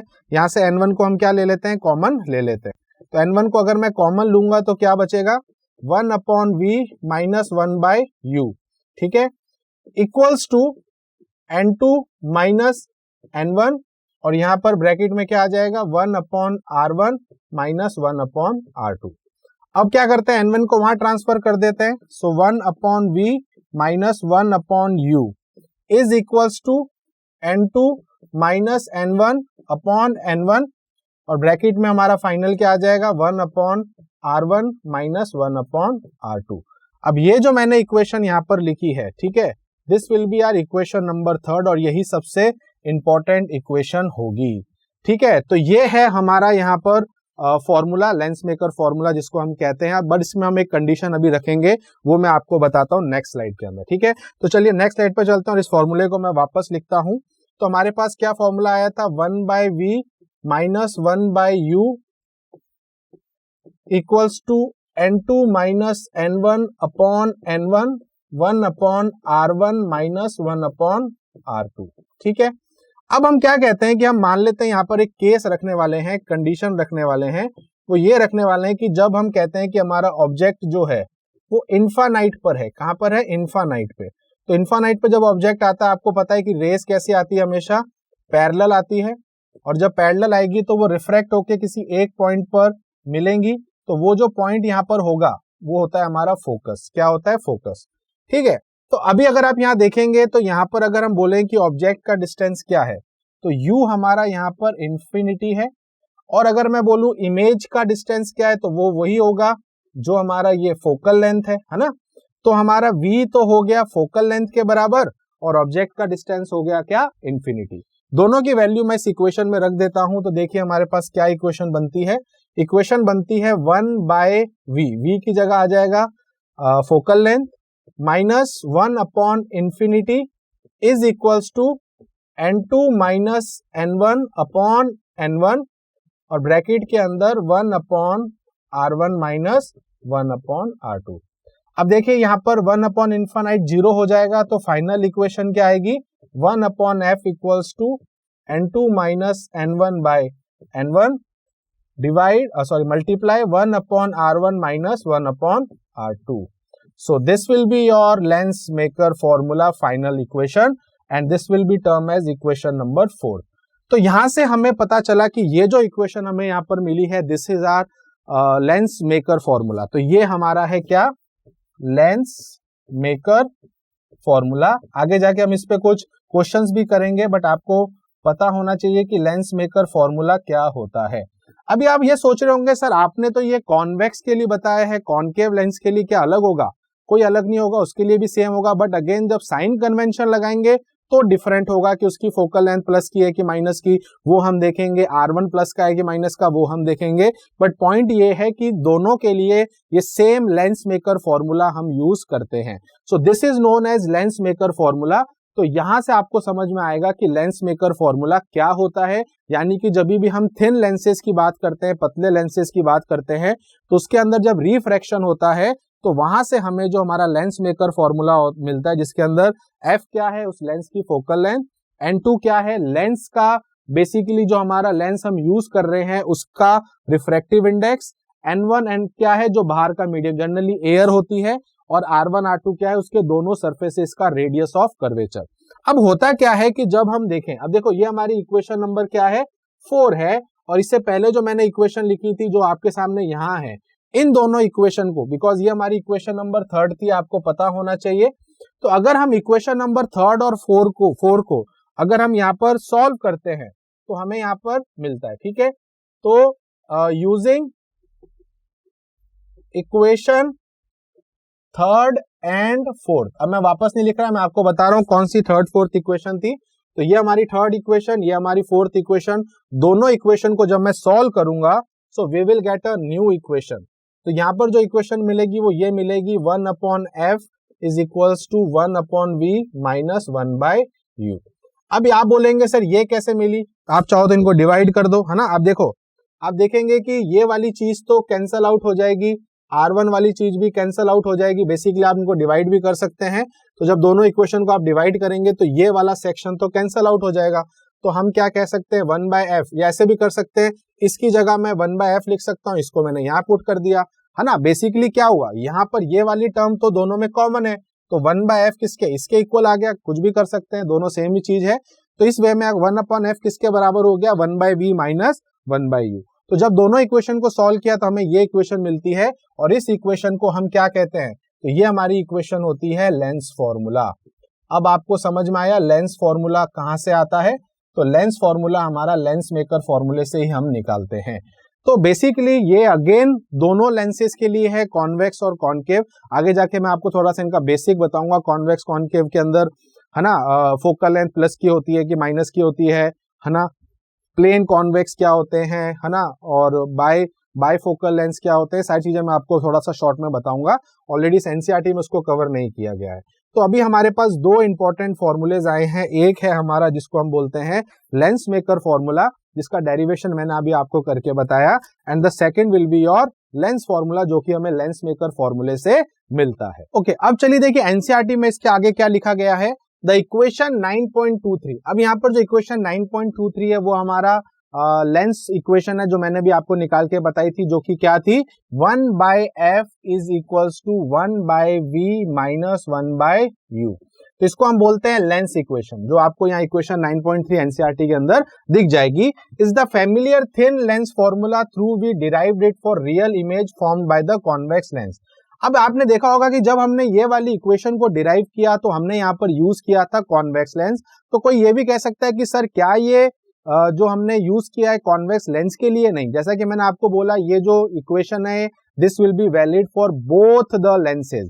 अगर मैं देखो लेंसेज की बात करता हूं तो देखो जनरली हम जानते हैं कि इस लेंस को हम बोलते हैं कॉन्वेक्स लेंस, और अगर हम इस लेंस की बात करें तो ये हमारा होता है कॉनकेव लेंस। बस फर्क क्या होता है कि कॉन्वेक्स लेंस के अंदर हमारी जो रेज होती हैं वो कन्वर्ज करती हैं, इसलिए इसको कन्वर्जिंग लेंस भी कहते हैं, और जो हमारा कॉनकेव लेंस होता है वो डाइवर्ज करता है, इसलिए इसको डाइवर्जिंग लेंस भी कहते हैं। बट जो हमारी इक्वेशन है वो दोनों के लिए सेम रहने वाली है, पर क्या अंतर है, क्या डिफरेंस है, वो आपको साइन कन्वेंशन में ही पता चलता है। ठीक है, अब ये कह रहा है कि आपने जब ये वाला केस लिया था तो आपने ये वाले केस में जहां जो आपकी इमेज बनी थी, अब एक और चीज मैं आपको बताता हूं, तो सबसे बड़ा डिफरेंस होता है मिरर में और लेंस में, वो ये होता है कि मिरर के अंदर बैक साइड जो होती है मिरर की, वहां पर वर्चुअल इमेज बनती है, बट यहाँ पर ऐसा कुछ नहीं है क्योंकि यहाँ रिफ्लेक्शन हो ही नहीं रहा, तो यहाँ कोई वर्चुअल साइड है ही नहीं।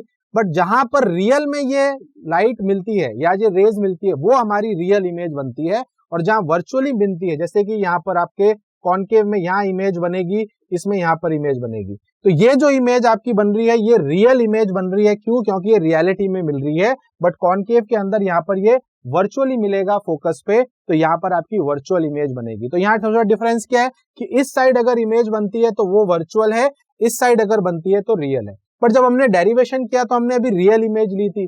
तो एक और क्वेश्चन यहाँ से आता है कि सर क्या ये वर्चुअल इमेज के लिए भी वैलिड है? Yes, this is valid for both concave, convex, for both real and virtual image. वही चीज आपको यहाँ पर बता रहा है, the formula is valid for both convex as well as concave lenses and for both real and virtual images. तो आपको ये माइंड में नहीं रखना है कि यार ये जो हमने डेरिवेशन किया है तो उसमें तो हमने यही केस लेके किया है, अगर हम हर एक से करने लग जाएंगे तो हमें बहुत टाइम लगेगा, तो हमें उसी को फॉलो करना है जो हमें एनसीईआरटी में अभी दिया हुआ है। ठीक है, ऑल्दो जो आपको इक्वेशन बताई है that is valid for everything, बस साइन कन्वेंशन का हमें ध्यान रखना है। ठीक है, it is worth mentioning that the two foci f and f' of a double convex और concave lens are equi distance from optical centre.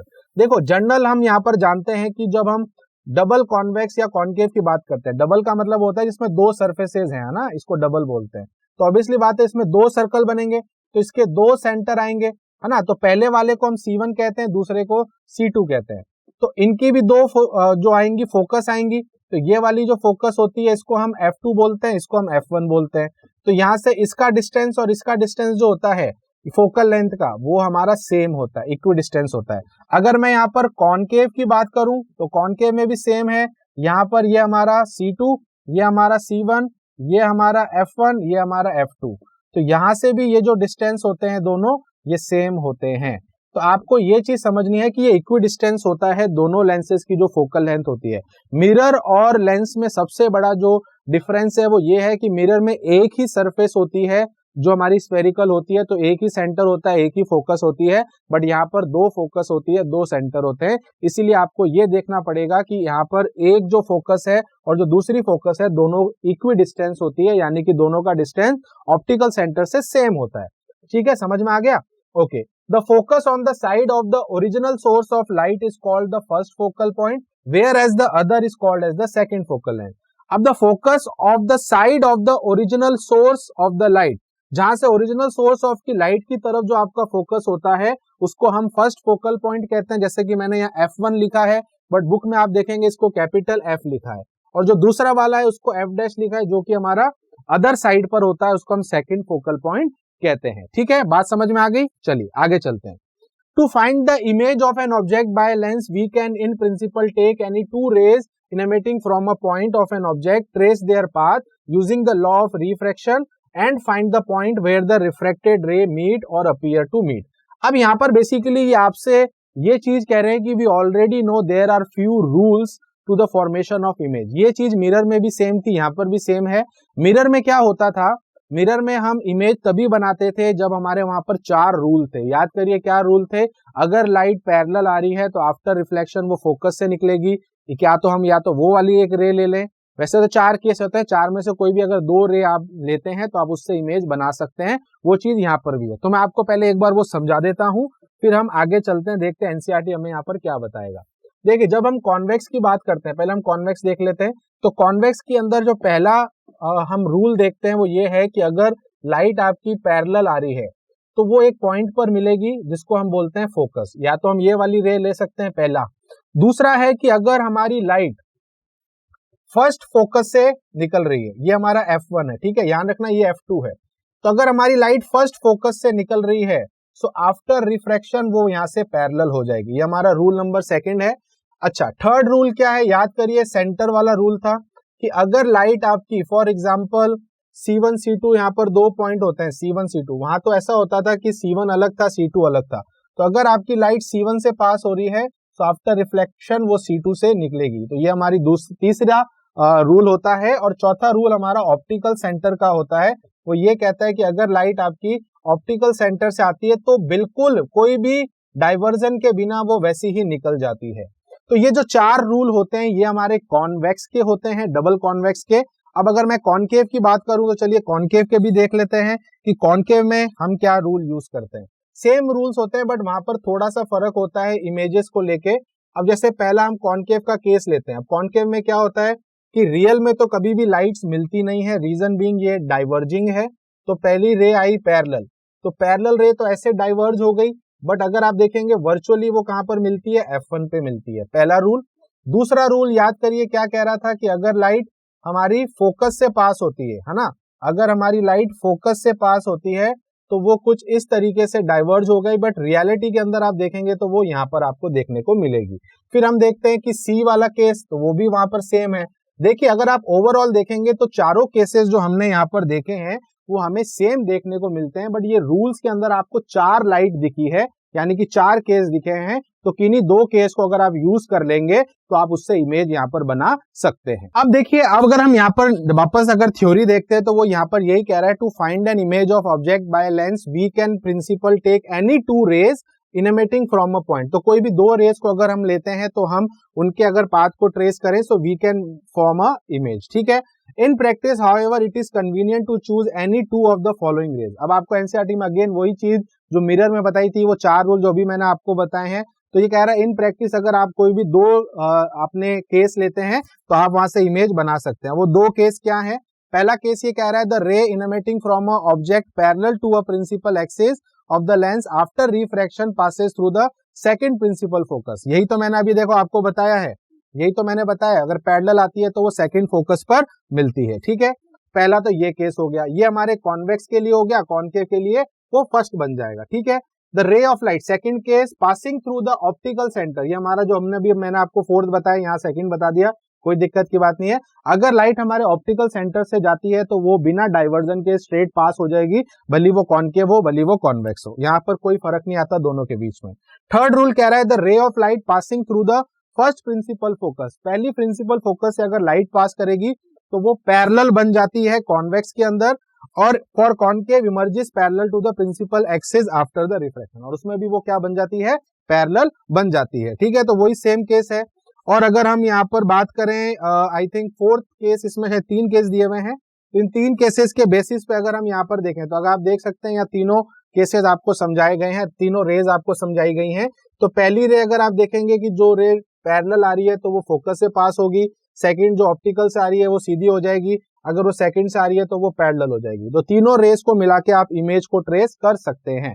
जैसा कि मैंने आपको बताया था, ये साइड अब रियल साइड होती है, तो यहाँ पर जो इमेज बनेगी वो हमेशा इन्वर्टेड बनेगी, क्योंकि रियल इमेज जो होती है वो हमेशा इन्वर्टेड होती है और वर्चुअल हमेशा इरेक्ट होती है। वो सेम प्रिंसिपल है जो हम ऑलरेडी हमारे मिरर्स में देख रहे थे, ठीक है। तो यहाँ पर भी हमने देख लिया, यहाँ पर भी हमने देख लिया।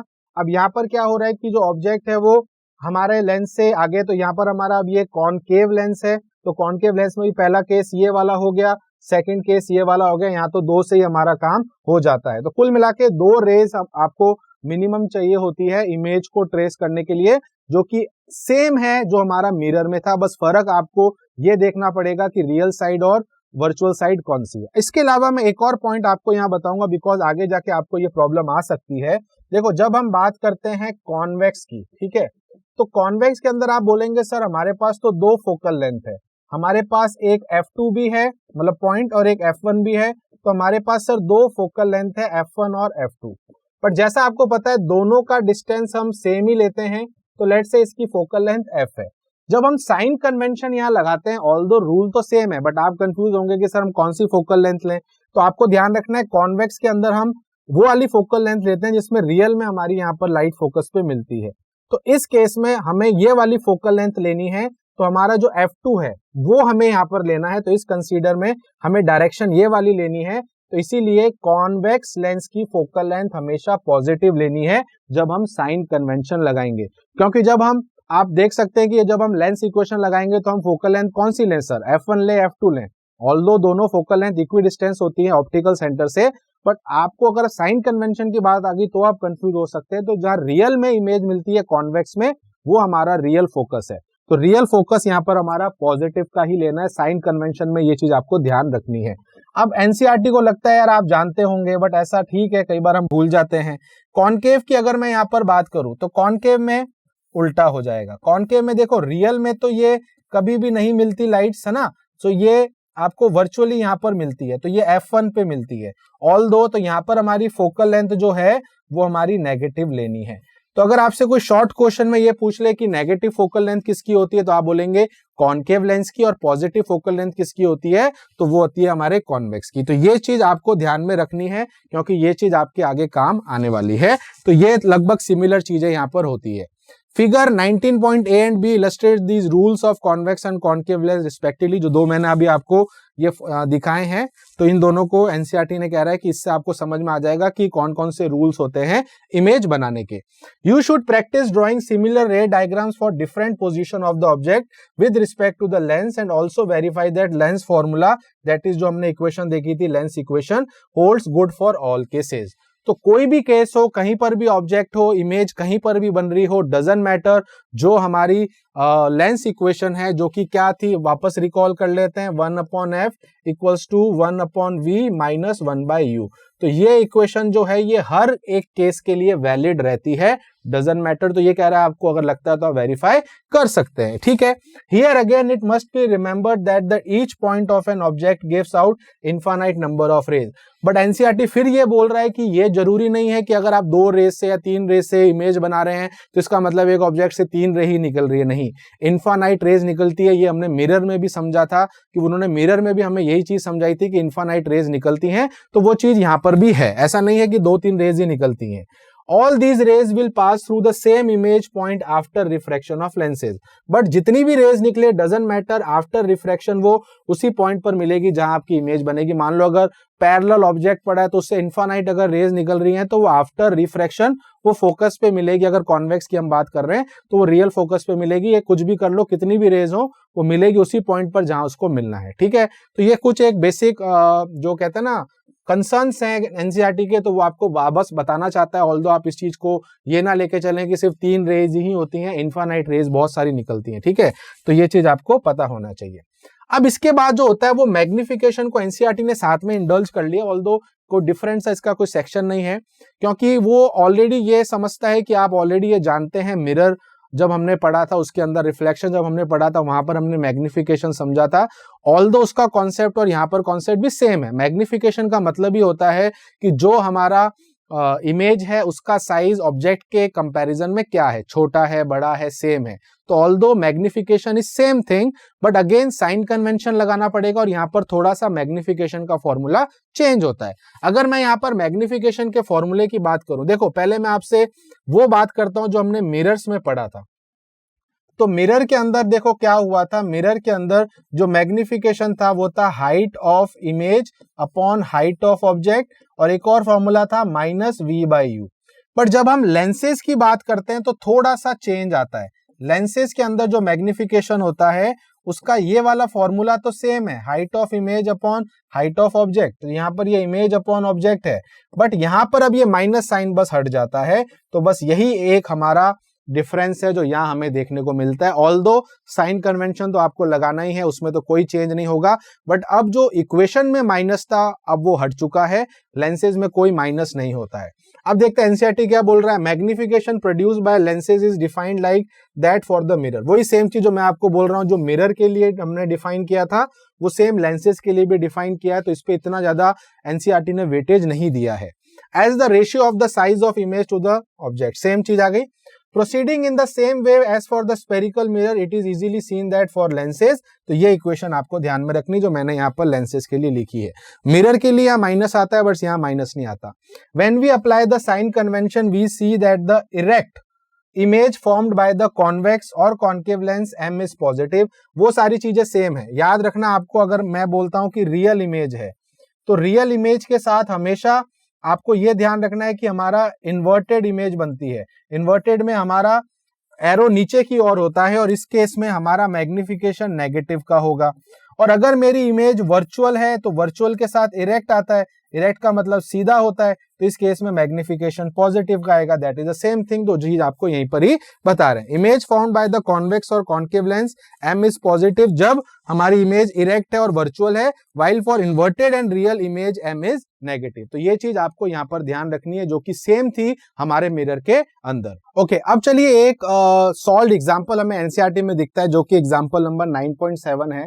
अब ये एग्जांपल यहाँ पर कह रहा है कि a magician during a show makes a glass lens जिसका एन आपको दिया हुआ है 1.47 disappears in a trough of a liquid. उसने क्या किया, एक लिक्विड लिया, उसके अंदर उस लेंस को उसने डिप कर दिया जिसका रिफ्रैक्टिव इंडेक्स क्या है, 1.47 है। What is the refractive index of the liquid, आपको बताना है उस लिक्विड का रिफ्रैक्टिव इंडेक्स क्या होगा।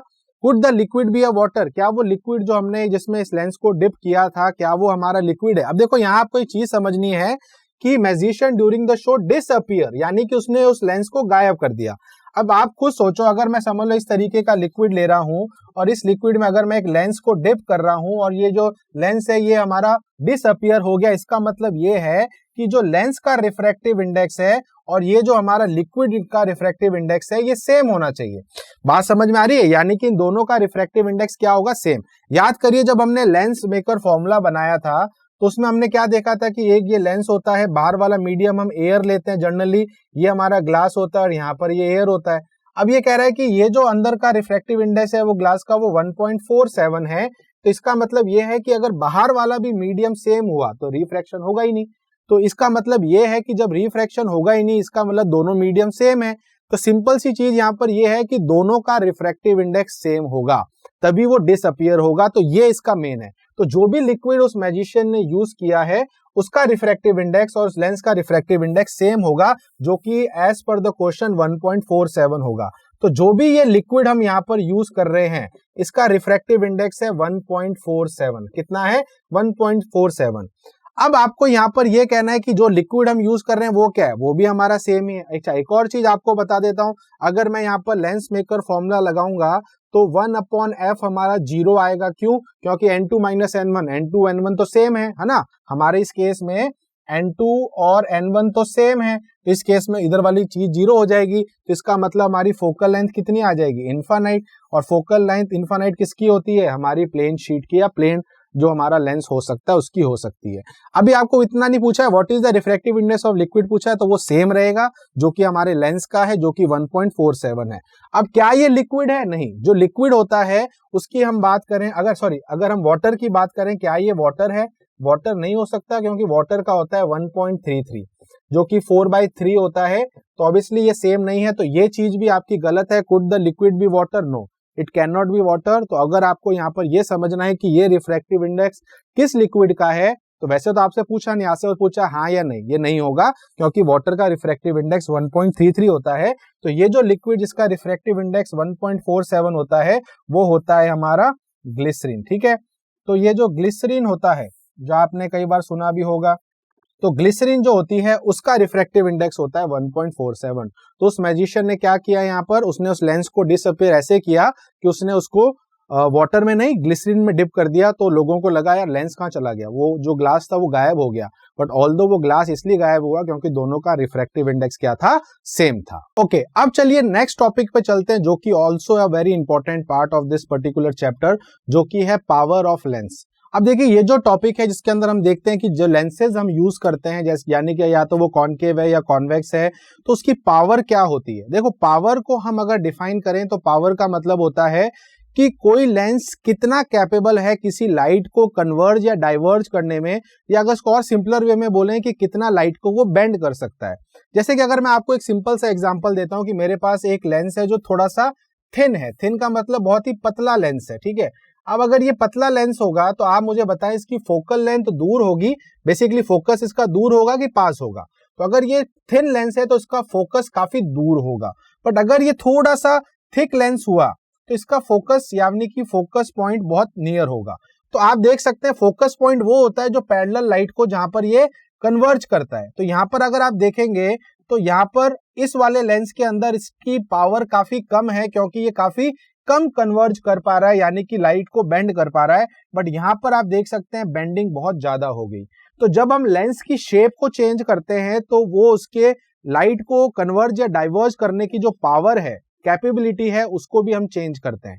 तो हमने ये देखा कि जो हमारा थिक लेंस होता है, थोड़ा सा ना आपका जिसको सेंटर से थोड़ा सा मोटा होता है, तो वो लेंस की अगर हम बात करें तो वो लेंस की डाइवर्जिंग पावर, समझ लो अभी हम कॉन्वेक्स यूज कर रहे हैं तो इसकी डाइवर्जिंग पावर काफी ज्यादा है क्योंकि इसने काफी कम जगह में लाइट को मोड़ दिया।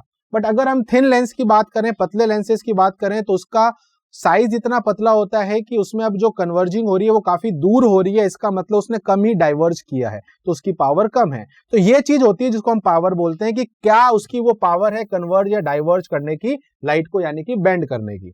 तो power of a lens is a measure of convergence और divergence which a lens introduce in a light falling on it. वही सेम चीज मैंने बताई है, कन्वर्जेंस हम यूज करते हैं for convex and divergence we use for the concave.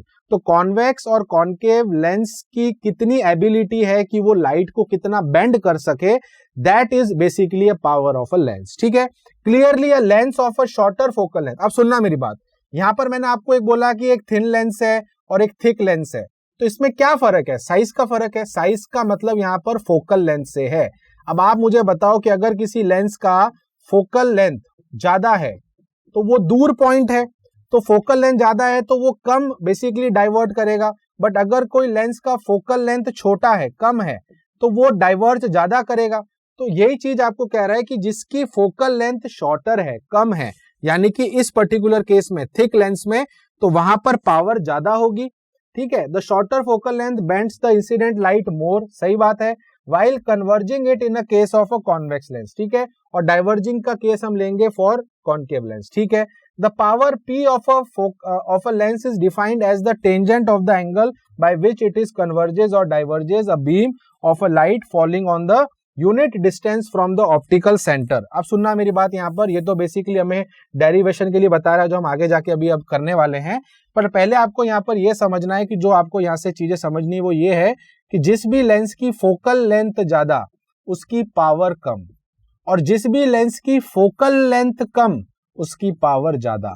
Doesn't matter concave है कॉन्वेक्स है, बिकॉज पावर कन्वर्जेंस की भी हो सकती है, डाइवर्जेंस की भी हो सकती है, that purely depends on the type of lens. ठीक है, तो ये चीज आपको यहाँ पर समझ में आ गई। अब इसका पावर का हम कैसे फॉर्मूला निकालेंगे और उसका रिलेशन फोकल लेंथ से कैसे है, तो वो हमें एनसीईआरटी में दिया हुआ है, बट मैं आपको यहाँ खुद से एक बार बता देता हूँ। ठीक है, तो मान लेते हैं कि अभी हम एक कॉन्वेक्स की बात कर लेते हैं कि हमारे पास एक कॉन्वेक्स लेंस है। ठीक है, अब इस कॉन्वेक्स लेंस में ये हमारी प्रिंसिपल एक्सिस है, ये हमारा ऑप्टिकल सेंटर है।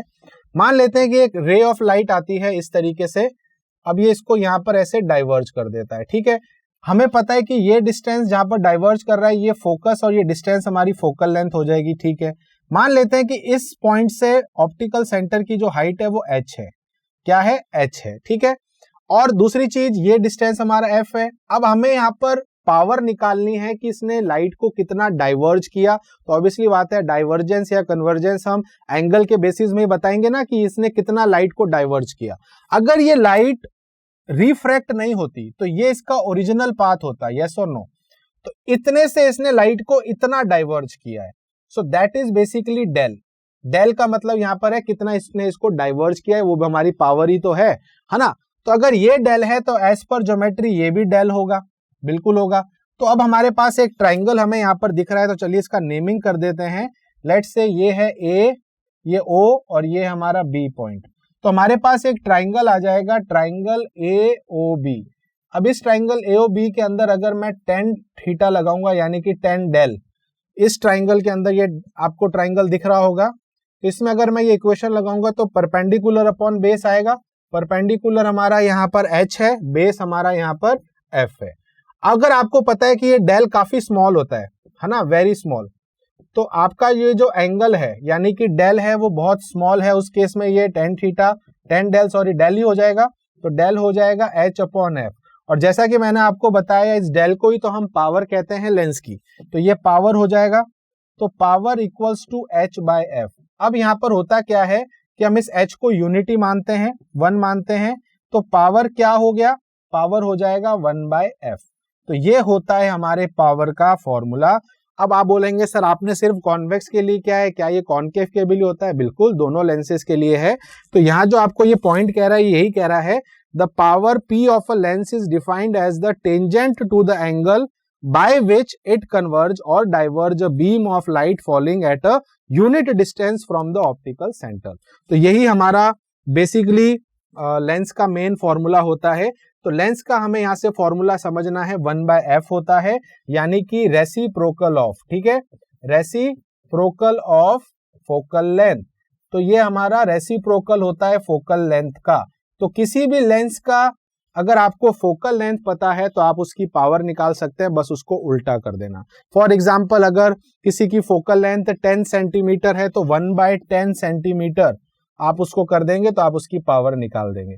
तो इस तरीके से आप किसी भी लेंस की पावर निकाल सकते हैं। अब बात यहां पर आती है कि इसमें और क्या क्या पॉइंटर्स है जो हमें ध्यान में रखने हैं। पहली चीज, इसका यूनिट काफी इंपॉर्टेंट है।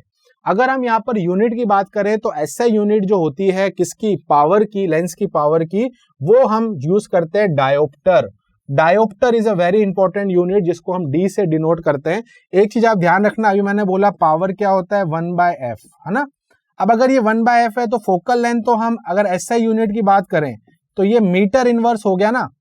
तो मीटर इनवर्स तो होता ही होता है, बट इसी को 1 डायोप्टर भी कहते हैं। So 1 dioptre is basically equals to 1 metre inverse. Inverse यानी कि उल्टा कर देंगे तो ये ऊपर चला जाएगा, मीटर इनवर्स हो जाएगा। तो ये दोनों यूनिट हम इसकी यूज करते हैं, बट डायोप्टर हम ज्यादा यूज करते हैं। The power of lens of a focal length of 1 metre is 1 dioptre. तो अगर किसी की फोकल लेंथ 1 मीटर है तो उसकी पावर कितनी होगी, 1 डायोप्टर। सही है ना, क्योंकि 1/1 करोगे तो 1 ही आएगा, तो इसकी पावर हो जाएगी 1 dioptre. Power of lens is positive. अच्छा, अब ये बहुत एक अच्छा पॉइंट है साइन कन्वेंशन का, और मैंने अभी आपको ये पहले भी बताया था अलग से कि जब हम बात करते हैं कॉन्वेक्स की, ठीक है, कॉन्वेक्स की फोकल लेंथ होती है पॉजिटिव की, अब कॉनकेव की होती है नेगेटिव की। ये अभी मैंने आपको थोड़ी देर पहले बताया था अलग से कि ये आपको आगे जाके काम आएगा, तो देखिए यही काम आ गया है। आपको ये पता होना चाहिए कि कॉन्वेक्स की फोकल लेंथ पॉजिटिव है, तो ऑब्वियसली बात है तो पावर भी कैसी होगी, पॉजिटिव होगी, और इसकी पावर कैसी होगी, नेगेटिव होगी। तो वही चीज यहाँ पर कह रहा है, power of a lens is positive for converging lens, converging lens हमारा यानी कि convex lens, and negative for diverging lens यानी कि concave lens. Thus when an optician, optician यानी कि जब हम चश्मा बनाने जाते हैं, आपने देखा होगा जिनको नजर का चश्मा लगा है तो वो जो चश्मे होते हैं उनके नंबर होते हैं, है ना, प्लस के या माइनस के। तो अगर कोई ऑप्टिशियन किसी को प्रिस्क्राइब करता है कि तुम्हें +2.5D का चश्मा लगाना है, तो अब आपको ये समझ में आ जाएगा कि इसकी पावर प्लस की है, दैट मीन्स उसको जो चश्मा लगा है उसमें जो लेंस है वो हमारा कौन सा है, कॉन्वेक्स लेंस है। बिकॉज अगर प्लस का पावर है इसका मतलब उसकी फोकल लेंथ प्लस की है, तो वो हमारा लेंस कौन सा हुआ, वो हमारा कॉन्वेक्स हुआ। अब इसको आप सॉल्व भी कर सकते हैं। पावर कितनी है, 2.5 इक्वल्स टू 1/f, है ना, पावर इक्वल्स टू f। तो फोकल लेंथ आप निकाल सकते हैं यहाँ से, फोकल लेंथ क्या हो जाएगी, 1/2.5, डेसिमल गया तो ये हो जाएगा 10/25। सॉल्व कर लेंगे तो ये हो जाएगा, देखिए 2, ये हो जाएगा 5, तो आंसर आ जाएगा 2/5। बट यहाँ पर आप देख सकते हैं सेंटीमीटर में है, तो अगर सेंटीमीटर में करना है तो हम इसको क्या करेंगे, आपको पता है मल्टीप्लाई बाय 100। तो 100 से मल्टीप्लाई कर देंगे तो कैंसिल आउट कर देंगे, तो ये 20 आ गया, तो आंसर आ गया 40 सेंटीमीटर। तो बहुत ही बेसिक सा एक सिंपल सी कैलकुलेशन है कि अगर आपको पावर दी गई हो, बस ये सेंटीमीटर मीटर का ध्यान रखना, कई बार कंफ्यूजन हो जाता है। अगर कोई लेंस किसी को लगा रहा है जिसकी पावर -4D है, तो आप समझ जाना माइनस पावर है, यानी कि माइनस फोकल लेंथ है, तो हमारा जो लेंस है वो कॉनकेव है, और वहां से अगर हम फोकल लेंथ इसी तरीके से निकालेंगे तो वो आ रही है -25 सेंटीमीटर। तो इस तरीके से आपको पावर वाली चीजें जो हैं वो समझनी है और करनी है। अब चलिए एक क्वेश्चन करते हैं यहाँ पर, जो हमें एनसीईआरटी के अंदर एक एग्जांपल दिया हुआ है, सॉल्व एग्जांपल, जो कि एग्जांपल नंबर 9.8 है। तो अभी तक हमने जो यहाँ पर पढ़ा है हमारा लेंस मेकर फॉर्मूला या फिर पावर, उन पे बेस यहाँ पर कुछ 3 हमें अलग अलग क्वेश्चन देखने को मिलते हैं। तो चलिए एक एक करके इन सारे क्वेश्चन से डील करते हैं। सबसे पहला क्वेश्चन यहाँ पर कह रहा है, ठीक है, तो एक बार मैं यहाँ पर ब्लैंक स्लाइड डाल देता हूं ताकि हमें क्वेश्चन के साथ साथ हम उसके आंसर भी वहां पर लिख सके, ठीक है। तो पहला क्वेश्चन कह रहा है, if a focal length is 0.5 metre for a glass lens, what is the power of the lens. आपसे पावर ऑफ लेंस पूछा है, बहुत ही सिंपल सा क्वेश्चन है, जिसकी फोकल लेंथ कितनी है 0.5। तो अगर आप यहाँ पर देखेंगे तो फोकल लेंथ आपको दी गई है 0.5 मीटर, और हम जानते हैं पावर क्या होता है, पावर होता है 1/f। तो यहाँ पर हम देखेंगे तो ये 1/0.5 हो गया, तो इसको सॉल्व करेंगे तो ये हो जाएगा 10/5, सिंपली ऊपर चला जाएगा। तो इसको सॉल्व करेंगे तो ये आ जाएगा 2 डायोप्टर। प्लस 2 डायोप्टर क्यों लिख रहा हूं, क्योंकि हमें क्वेश्चन में ऑल्दो कुछ मेंशन नहीं है, फोकल लेंथ अगर प्लस की है तो हम उसको प्लस का ही वहां पर मेंशन करेंगे। तो हमारा जो फर्स्ट आंसर हो जाएगा इसका, वो हो जाएगा +2D, यानी कि +2 डायोप्टर, ठीक है। बहुत ही सिंपल सा क्वेश्चन था। अब चलिए सेकंड क्वेश्चन की यहाँ पर बात करते हैं। सेकंड क्वेश्चन कह रहा है, the radii of the curvature of the faces of a double convex lens are 10 centimetre and 15 centimetre, its focal length is 12 centimetre, what is the refractive index of the glass. चलिए अब इस question के अंदर थोड़ा सा हमें diagram बना के समझना पड़ेगा, तो इसको मैं यहीं पर लेता हूं। अब देखिए सेकंड क्वेश्चन की अगर मैं यहाँ पर बात करूं तो पहली चीज हमारा डबल कॉन्वेक्स लेंस है, तो ऑब्वियसली बात है यहाँ पर हमें लेंस मेकर फॉर्मूला यूज करना है। अब लेंस मेकर फॉर्मूला क्या होता है, 1/f is equals to n2 minus n1 divide by n1, और यहाँ पर हम क्या यूज करते हैं, 1/r1 माइनस 1/r2। अब यहाँ पर आपको साइन कन्वेंशन का भी यूज करना है, बिकॉज ये काफी इंपॉर्टेंट होता है, जहां पर हम मिस कर देते हैं। यहाँ पर ये कॉन्वेक्स लेंस है, तो ऑब्वियसली बात है यहाँ पर फोकल लेंथ तो प्लस है, उसमें कोई टेंशन की बात नहीं है। अच्छा, दूसरी चीज यहाँ एक एयर है और एक ग्लास है, तो हम n1 की जगह 1 लगा देंगे, कोई दिक्कत की बात नहीं है। R1 जो होगा, R1 जो होता है आपको पता है वो उस तरफ होता है, तो R1 को हम प्लस लेंगे, बट R2 को हम लेंगे माइनस का। चलिए अब सारी वैल्यू यहाँ पर मैं पुट कर देता हूं। तो सबसे पहले अगर मैं देखूंगा 1/f, फोकल लेंथ कितनी हमें दी गई है, फोकल लेंथ दी है 12, तो 12 लगा देता हूं, इक्वल्स टू n2 जो है, अब n2 जो है जो हमें रिफ्रैक्टिव इंडेक्स ग्लास का हमें निकालना है, मान लेते हैं ये n है। अब n1 हमारा एयर का हम 1 लेते हैं, तो n-1 इसको मैं यहाँ लगा देता हूं, ये तो 1 नीचे 1 ही रहेगा। ब्रैकेट के अंदर 1/r1, पहली हमारी रेडियस कितनी है 10, 1/10, ये माइनस और ये माइनस प्लस, तो 1/15। तो चलिए इसी को सॉल्व हमें अब करना है और यहाँ से n की वैल्यू निकालनी है। अब देखिए जब मैं इसको सॉल्व करूंगा तो ये हो जाएगा 1/12 इक्वल्स टू n-1, और इस LCM को अगर मैं सॉल्व करूंगा तो ये हो जाएगा 150, ठीक है, और यहाँ पर हो जाएगा 15 + 10, तो ये हो जाएगा 25, ठीक है। सॉल्व कर लेते हैं, ये हो गया 5, ये हो गया 30, ये 5, ये 1, ये हो गया 6।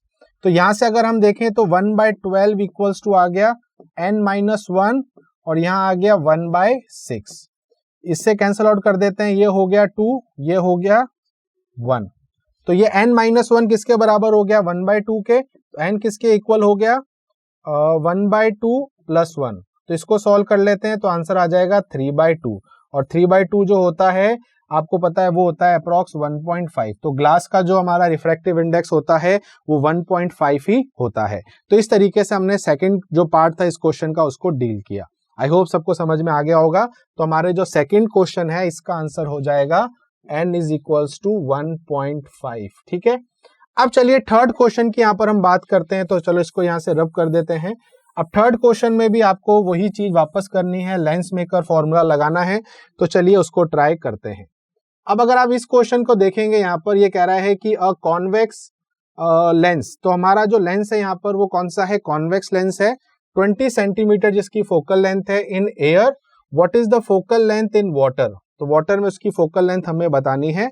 Refractive index of air and water is 1.33, refractive index of air to glass वो क्या है 1.5, ठीक है। ओके, अब देखिए इसके अंदर सबसे पहले आप ये देखेंगे कि यहाँ पर आपसे पूछ रहा है कि पहले तो वो एयर से हमें ग्लास वाला कॉन्सेप्ट लेना है। देखिए यहाँ पर दो पार्ट में इसको हम करेंगे। फर्स्ट पार्ट में हम ये कहेंगे कि जो लाइट है वो एयर से जा रही है वाटर में, सॉरी ग्लास में, ठीक है। दूसरे में क्या हो रहा है, दूसरे में वो है हमारे वाटर से ग्लास में, ठीक है। तो यहाँ पर ये चीज आपको समझनी पड़ेगी कि कॉन्वेक्स लेंस जो है वो पहले एयर में था, फिर उसको वाटर में रखा, तो पहले लाइट एयर से ग्लास में जा रही है, फिर सेकंड में वाटर से ग्लास में जा रही है। इन दोनों के अंदर देखिए एक चीज तो क्लियर है कि लेंस की शेप तो बदल नहीं रही है, तो लेंस की जो रेडियस R1 R2 है वो तो सेम रहने वाली है, पहली चीज। दूसरी चीज यहाँ पर आप देखेंगे कि फोकल लेंथ जो है उसका यहाँ पर हमारा डिफरेंस आने वाला है। अब अगर हम पहले वाली कंडीशन के अंदर अगर हम यहाँ पर इक्वेशन लगाते हैं लेंस मेकर फॉर्मूले की, चलिए हम पहले वाले एयर और ग्लास वाले में लगाते हैं, और हम जानते हैं कि जो एयर का n होता है वो हम 1 लेते हैं, और हम ग्लास का जो हम लेते हैं वो 1.5 लेते हैं, जिसको हम बाद में जाके पुट कर देंगे। और रही बात इधर वाले केस में, तो वाटर का हम लेते हैं 1.33, ठीक है। तो इन सारी वैल्यू को हम यहाँ पर जाके यूज करने वाले हैं। तो अगर आप देखेंगे पहली वाली केस के अंदर अगर मैं इक्वेशन लगाऊंगा लेंस मेकर फॉर्मूला, तो 1/f, इसको हम f1 बोल देते हैं, ठीक है। 1/f1 is equals to mu ng minus na/na, तो वो तो 1 होता है, तो ये हो गया ng-1, ठीक है। ब्रैकेट के अंदर 1/r1 माइनस 1/r2 हम कर देते हैं, ठीक है। इसको मैं बोल देता हूं इक्वेशन नंबर फर्स्ट। अब सेकंड केस के लिए भी लगा देते हैं, वाटर से ग्लास में जा रहा है, इस समय इसकी फोकल लेंथ ले लेते हैं f2, तो f2 लिखेंगे। तो अब ये देखिए वाटर से ग्लास में जा रहा है, तो यहां पर हमारे पास क्या आता है Ng minus NW upon NW, याद आ रहा है, N2 minus N1 upon N1, ठीक है, equals to 1/R1 minus 1/R2। अब हम यहाँ पर एक केस कर सकते हैं। देखो हमें पहली चीज ये पता है कि जो फोकल लेंथ है एयर के अंदर वो 20 है, तो हमारा f1 यहाँ पर 20 है, और ये हमारी इक्वेशन नंबर 2 है। तो हम अब क्या करते हैं, हम ये कर लेते हैं 2 को डिवाइड कर देते हैं 1 से। So what we are doing here, we are dividing equation number 2 by 1। तो जब मैं इन दोनों को डिवाइड कर देता हूं तो आप देखेंगे एक चीज आप देखेंगे, दोनों को अगर मैं डिवाइड, चलो 1 से 2 को कर देते हैं, कोई दिक्कत की बात नहीं, आंसर तो वही आना है, कोई दिक्कत की बात नहीं, हमारे पास स्पेस बच जाएगा। तो जब हम इसको ऐसे कैंसल आउट कर देंगे तो आप एक चीज यहाँ पर नोट करेंगे, ठीक है, वो ये नोट करेंगे कि जब मैं दोनों को डिवाइड कर दूंगा तो ये पूरी चीज कैंसल आउट हो जाएगी, ठीक है। रही बात इसकी, तो यहाँ पर हमारा उल्टा हो जाएगा, तो ये f2 बाय f1 हो जाएगा, क्योंकि f2 ऊपर चला जाएगा, f1 नीचे आ जाएगा, इज इक्वल्स टू ऊपर क्या है ng माइनस 1, ng कितना है हमारा आपको पता है 1.5, सो 1.5 माइनस 1 आ जाएगा, ऐसे कैसे, फिर नीचे आ जाएगा। देखिए अब nw मैं कॉमन ले लेता हूं, तो ng अपॉन nw माइनस 1 भी आप कर सकते हैं। ng कितना है हमारा 1.5, सो 1.5 डिवाइड बाय 1.33 माइनस 1, समझ में आ गया। तो इस तरीके से हमने इसको सॉल्व कर लेना है। अब यहां से हमें देखिए निकालना क्या, हमें f2 निकालना है। तो अगर हम यहां से f2 निकालते हैं तो f2 हमारा कितना हो जाएगा, देखिए ये कितना हो जाएगा 0.5, और ये कितना है हमारा 20 as per the question. So 20 into 0.5 divide by ये हो जाएगा आपका 1.5 माइनस 1.33 डिवाइड बाय 1.33, ठीक है। तो अगर आप इसको सॉल्व करेंगे, देखिए ये हो जाएगा 10, और ये वाला आपका हो जाएगा 1.5 माइनस 1.33 समवेन 0.17, ठीक है, और ये 1.33 ऊपर चला जाएगा। तो जब हम इसको सॉल्व करेंगे तो देखिए हमें क्या मिलेगा, ये मिलेगा 13.3 डिवाइड बाय 0.17। तो जब आप इसको सॉल्व करेंगे you will get approx 78.3 centimetre. So this will be your required answer. तो जो हमारा क्वेश्चन था वो यही पूछ रहा था कि what is the refractive index of air and glass, sorry what is the what is the focal length in the water. तो वाटर के अंदर जो फोकल लेंथ है वो हमारी समवेयर अराउंड आएगी 78.3 सेंटीमीटर। यूनिट का ध्यान रखना, ये सब सेंटीमीटर में है, तो बस मैंने क्या किया, दोनों केसेस के अंदर मैंने उसको सॉल्व किया। तो जो हमारा थर्ड आंसर आ रहा है उसका अगर मैं आंसर की बात करूं थर्ड वाले सेक्शन की, तो वो हो जाएगा 78.3 सेंटीमीटर। तो इसी की तरीके से हमने सारे जो क्वेश्चंस थे हमारे पर्टिकुलर एनसीईआरटी के, जिसके अंदर हमें 3 चीजें पूछी गई थी, तो वो हमने यहाँ पर सारी चीजें कर ली है। तो आप ध्यान रखना, ये एग्जांपल नंबर 9.8 था, जिसके अंदर हमने देखा एक पावर का क्वेश्चन और बाकी दो हमने लेंस मेकर फॉर्मूले से सॉल्व किए हैं। ओके, अब चलिए नेक्स्ट टॉपिक पे चलते हैं, जो कि है कॉम्बिनेशन ऑफ द लेंसेज, और उनकी फिर हम पावर भी देखेंगे, ठीक है, उनका रिलेशन देखेंगे।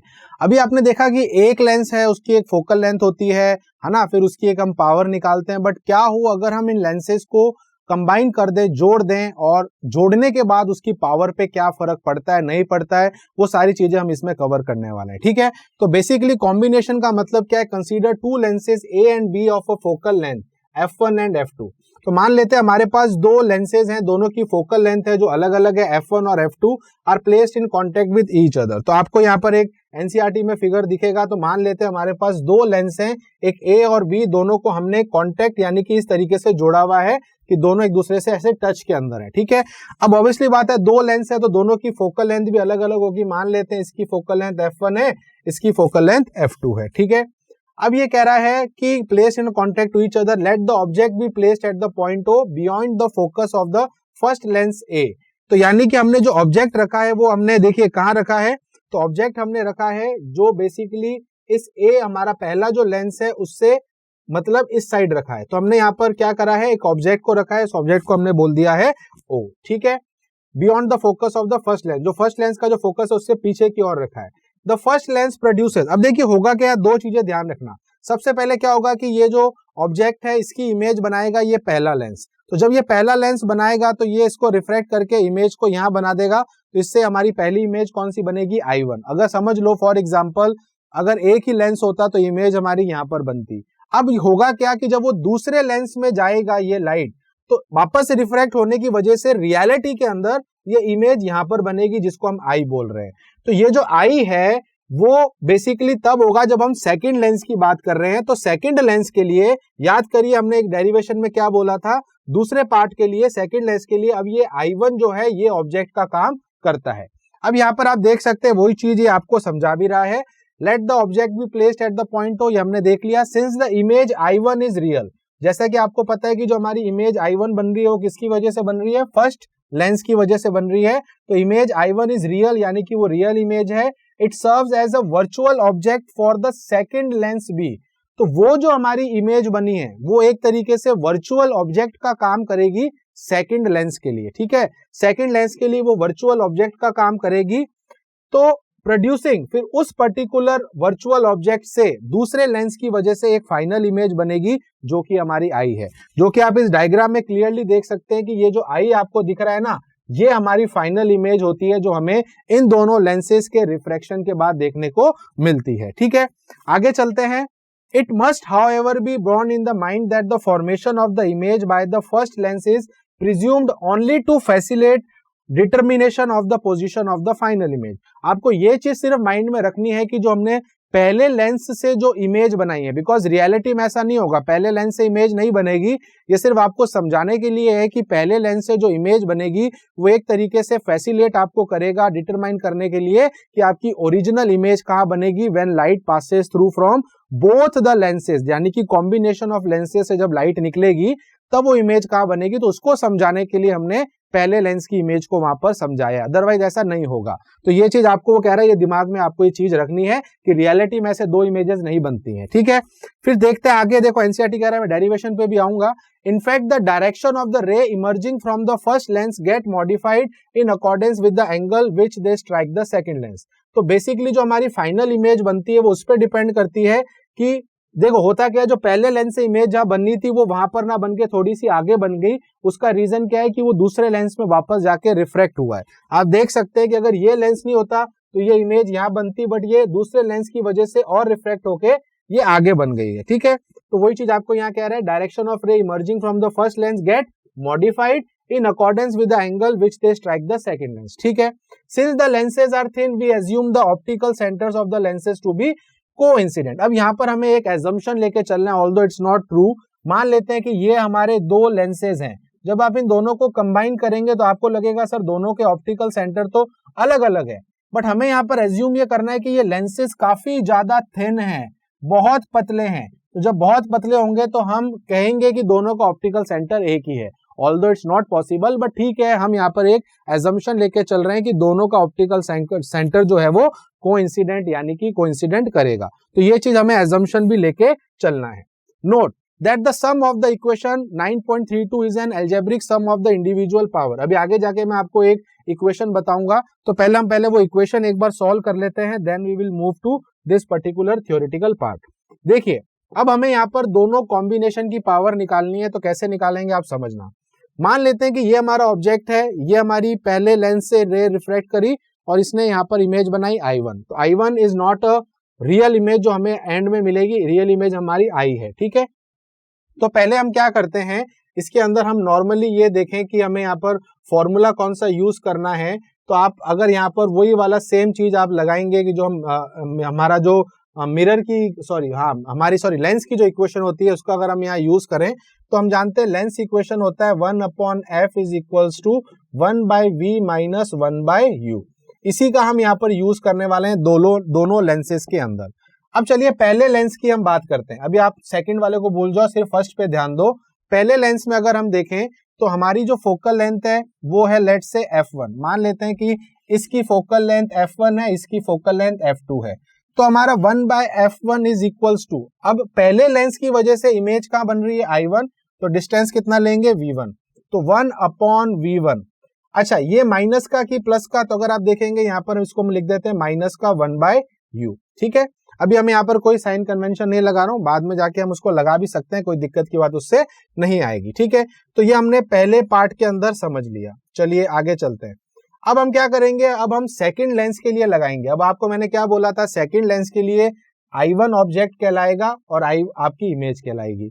तो सेकंड वाले के लिए लेट से फोकल लेंथ f2 है, सो 1/f2 इज इक्वल्स टू क्या हो जाएगा 1/, अब देखो v आता है, अब यहाँ पर हमारी इमेज हमारी अब ये है, तो 1/v हो गया, माइनस का, अब ये ध्यान देना, अब यहाँ पर ऑब्जेक्ट क्या है v1 है, ऑब्जेक्ट क्या है v1 है, तो माइनस 1/v1। तो ये हमारी आ गई इक्वेशन नंबर 2, ये equation number first, equation number 2। अब हम क्या करते हैं, we will add equation 1 and 2, हम दोनों इक्वेशन को ऐड कर देते हैं। तो देखिए हमें क्या देखने को मिलता है, so 1/f1 plus 1/f2 is equals to, आप देखेंगे कि ये 1/v1 और माइनस v1 अब कट जाएगा, तो ये दोनों एक दूसरे के इक्वल आ जाएंगे, तो ये हो जाएगा 1/v माइनस 1/u। तो ये आप चीज यहाँ पर आप समझ रहे हैं। Let's say this is equation number 3। अब हम यहाँ पर एज्यूम करते हैं कि मान लेते हैं कि ये एक ही लेंस होता, तो अगर ये एक ही लेंस होता तो इसकी फोकल लेंथ भी एक ही होती। उस एजम्पशन के हिसाब से इक्वेशन क्या आती, 1/f equals to 1/v minus 1/u, जहां पर ये f क्या है पूरे कॉम्बिनेशन की, तो उसको मैं टोटल भी लिख सकता हूं, टोटल फोकल लेंथ या कॉम्बिनेशन की फोकल लेंथ, तो वो हमारा इसके इक्वल होता है। इसको मैं इक्वेशन नंबर 4 कह देता हूं। अब अगर आप इन दोनों इक्वेशन को कंपेयर करेंगे तो आपको एक चीज पता चलेगी, वो क्या है कि ये दोनों जगह सेम है, तो इसका मतलब ये दोनों भी सेम है। तो कॉम्बिनेशन जो होगा फोकल लेंथ का, उसकी फोकल लेंथ टोटल किसके बराबर होगी, 1/f1 प्लस 1/f2। बात समझ में आ गई सभी को। तो ये एक इंपॉर्टेंट पॉइंट है जो आपको यहां से समझना है। अब इसमें हम थोड़ा सा और ऐड करते हैं, तो हम कह सकते हैं कि जब हमने दो थिन लेंसेज को कंबाइन किया जिनकी फोकल लेंथ थी f1 और f2, तो टोटल फोकल लेंथ क्या आ गई, या कॉम्बिनेशन की फोकल लेंथ क्या आ गई, 1/f1 प्लस 1/f2। तो ये एक अलजेब्रिक सम हो गया ना। अब अगर आप बोलेंगे सर लेंसेज बढ़ाता जाऊं 3-4 कर दूं, तो ये उस तरीके से आप देखेंगे तो बढ़ती जाएगी, है ना। तो जितने आप लेंसेज को कंबाइन करेंगे this expression will go like this. अब मैं यहाँ पर इंटरेस्टेड हूं समझने की पावर क्या होगी। तो पावर जो इस कॉम्बिनेशन की होगी उल्टा ही होता है, तो वो हो जाएगा P1 plus P2 plus P3 and so on. अगर कितने भी लेंस है उस पर डिपेंड करता है, तो पावर हम इस तरीके से मेंशन करते हैं। और अगर हम मैग्निफिकेशन की बात करें कि कॉम्बिनेशन का मैग्निफिकेशन क्या होगा, तो वो मल्टीप्लीकेशन होता है, m1 into m2 into m3 and so on. तो ये तीन फॉर्मूलेज जो हैं ये आपको याद रखने हैं, क्योंकि इस पे हम आगे जाके कुछ क्वेश्चंस भी देखने वाले हैं। अब चलिए मैं आपको बताता हूँ थ्योरी में हमें क्या कह रहा है, ठीक है, क्योंकि हम थ्योरी से इसको रिलेट करेंगे। Note that the sum in the equation, जो भी मैंने इक्वेशन आपको बताई फोकल लेंथ की, it's algebraic sum of the individual power, यानी कि जो पावर होती है कॉम्बिनेशन की वो क्या होती है, इंडिविजुअल पावर का सम होता है। So sum of the terms on the right side में be positive for convex lens के लिए पॉजिटिव हो जाएगा और कॉनकेव के लिए नेगेटिव हो जाएगा। That will be for different lenses. अभी हमने यहाँ पर कॉन्वेक्स की बात करी थी तो प्लस आपको दिख रहा है, एंड नेगेटिव हम तब यूज करेंगे जब हम कॉनकेव यूज करेंगे। The combination of lenses helps to obtain the diverging and converging lenses of desired magnification. It also enhance the sharpness of image. तो ये कॉम्बिनेशन हम क्यों करते हैं? इससे हम मैग्निफिकेशन जो होता है उसको इनहांस करते हैं, हम शार्पनेस जो होती है इमेज की उसको और अच्छा करते हैं, ठीक है।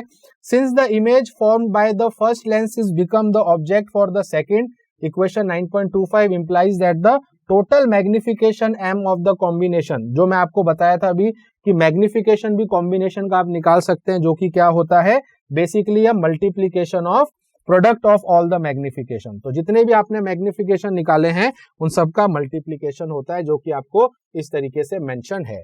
Such a system of combination of lenses is known is commonly used in designing the lenses for cameras, microscope, telescope and other optical instrument।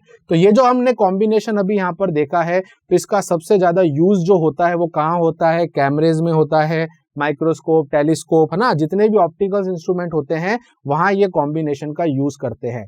But अगर मैं अभी न्यूमेरिकल के पॉइंट ऑफ व्यू से बात करूं तो आपको यही सारे फॉर्मूले याद रखने हैं कि 1/f1 + 1/f2 equals to combination की फोकल लेंथ, अगर मैं अभी दो लेंसेज की बात कर रहा हूं, और पावर के केस में पावर ऐड हो जाएंगी, कॉम्बिनेशन की पावर बन जाएगी, और मैग्निफिकेशन के केस में मल्टीप्लाई होता है। तो ये सारी चीजें आपको याद रखनी है, इसकी बेसिस पे ही आपको न्यूमेरिकल्स जो होंगे उसको हम डील करेंगे। ओके, अब चलिए एक सॉल्व एग्जांपल करते हैं जो आपको एनसीईआरटी में दिखेगा। इस एग्जांपल का नंबर है एग्जांपल नंबर 9.9। अब ये जो एग्जांपल है इसके अंदर आपसे पूछा गया है find the position of the image formed by the lens combination given in the figure. आपको एक फिगर दिया गया है, इन तीनों कॉम्बिनेशन की वजह से जो इमेज बनेगी हमें उसकी पोजीशन बतानी है, यानी कि हमें इमेज का डिस्टेंस बताना है। अब देखिए इस क्वेश्चन को डील करने के लिए वही कॉन्सेप्ट हम यूज करेंगे कि अगर एक लेंस होता है तो उसका जो इमेज बनता है वो अगले के लिए ऑब्जेक्ट का काम करता है। अगर यहाँ पर 3 लेंसेज हैं तो पहली चीज ये है कि इसका जो इमेज बनेगा वो इसके लिए ऑब्जेक्ट बनेगा, फिर इसकी जो इमेज बनेगी वो इसके लिए ऑब्जेक्ट बनेगा, और फिर हम वहां से फाइनल हम यहाँ से इमेज निकालेंगे। तो अगर मैं इसको यहाँ पर समझूं तो सबसे पहले हम यहाँ पर ये देखते हैं कि यहाँ पर हम इसको कैसे करें। तो इसको हम थोड़ा सा पहले यहाँ पर साइड में ले लेते हैं ताकि हमें समझ में आ जाए कि हमें यहाँ पर जगह चाहिए, ठीक है। अब सबसे पहले हम इस वाले लेंस की बात करते हैं जो हमारा फर्स्ट वाला है। तो हम यहाँ पर पहली ये कंडीशन देखते हैं कि हमें फोकल लेंथ कितनी दी गई है। तो अगर हमें यहाँ पर फर्स्ट लेंस लेते हैं तो फर्स्ट लेंस के लिए अगर आप देखेंगे फोकल लेंथ दी गई है प्लस की 10, और इसके लिए ऑब्जेक्ट का डिस्टेंस u कितना लेना है? अच्छा, ये इस तरफ है तो माइनस का 30। तो यहाँ पर चलिए हम लगा देते हैं लेंस का फॉर्मूला। लेंस का फॉर्मूला क्या कहता है?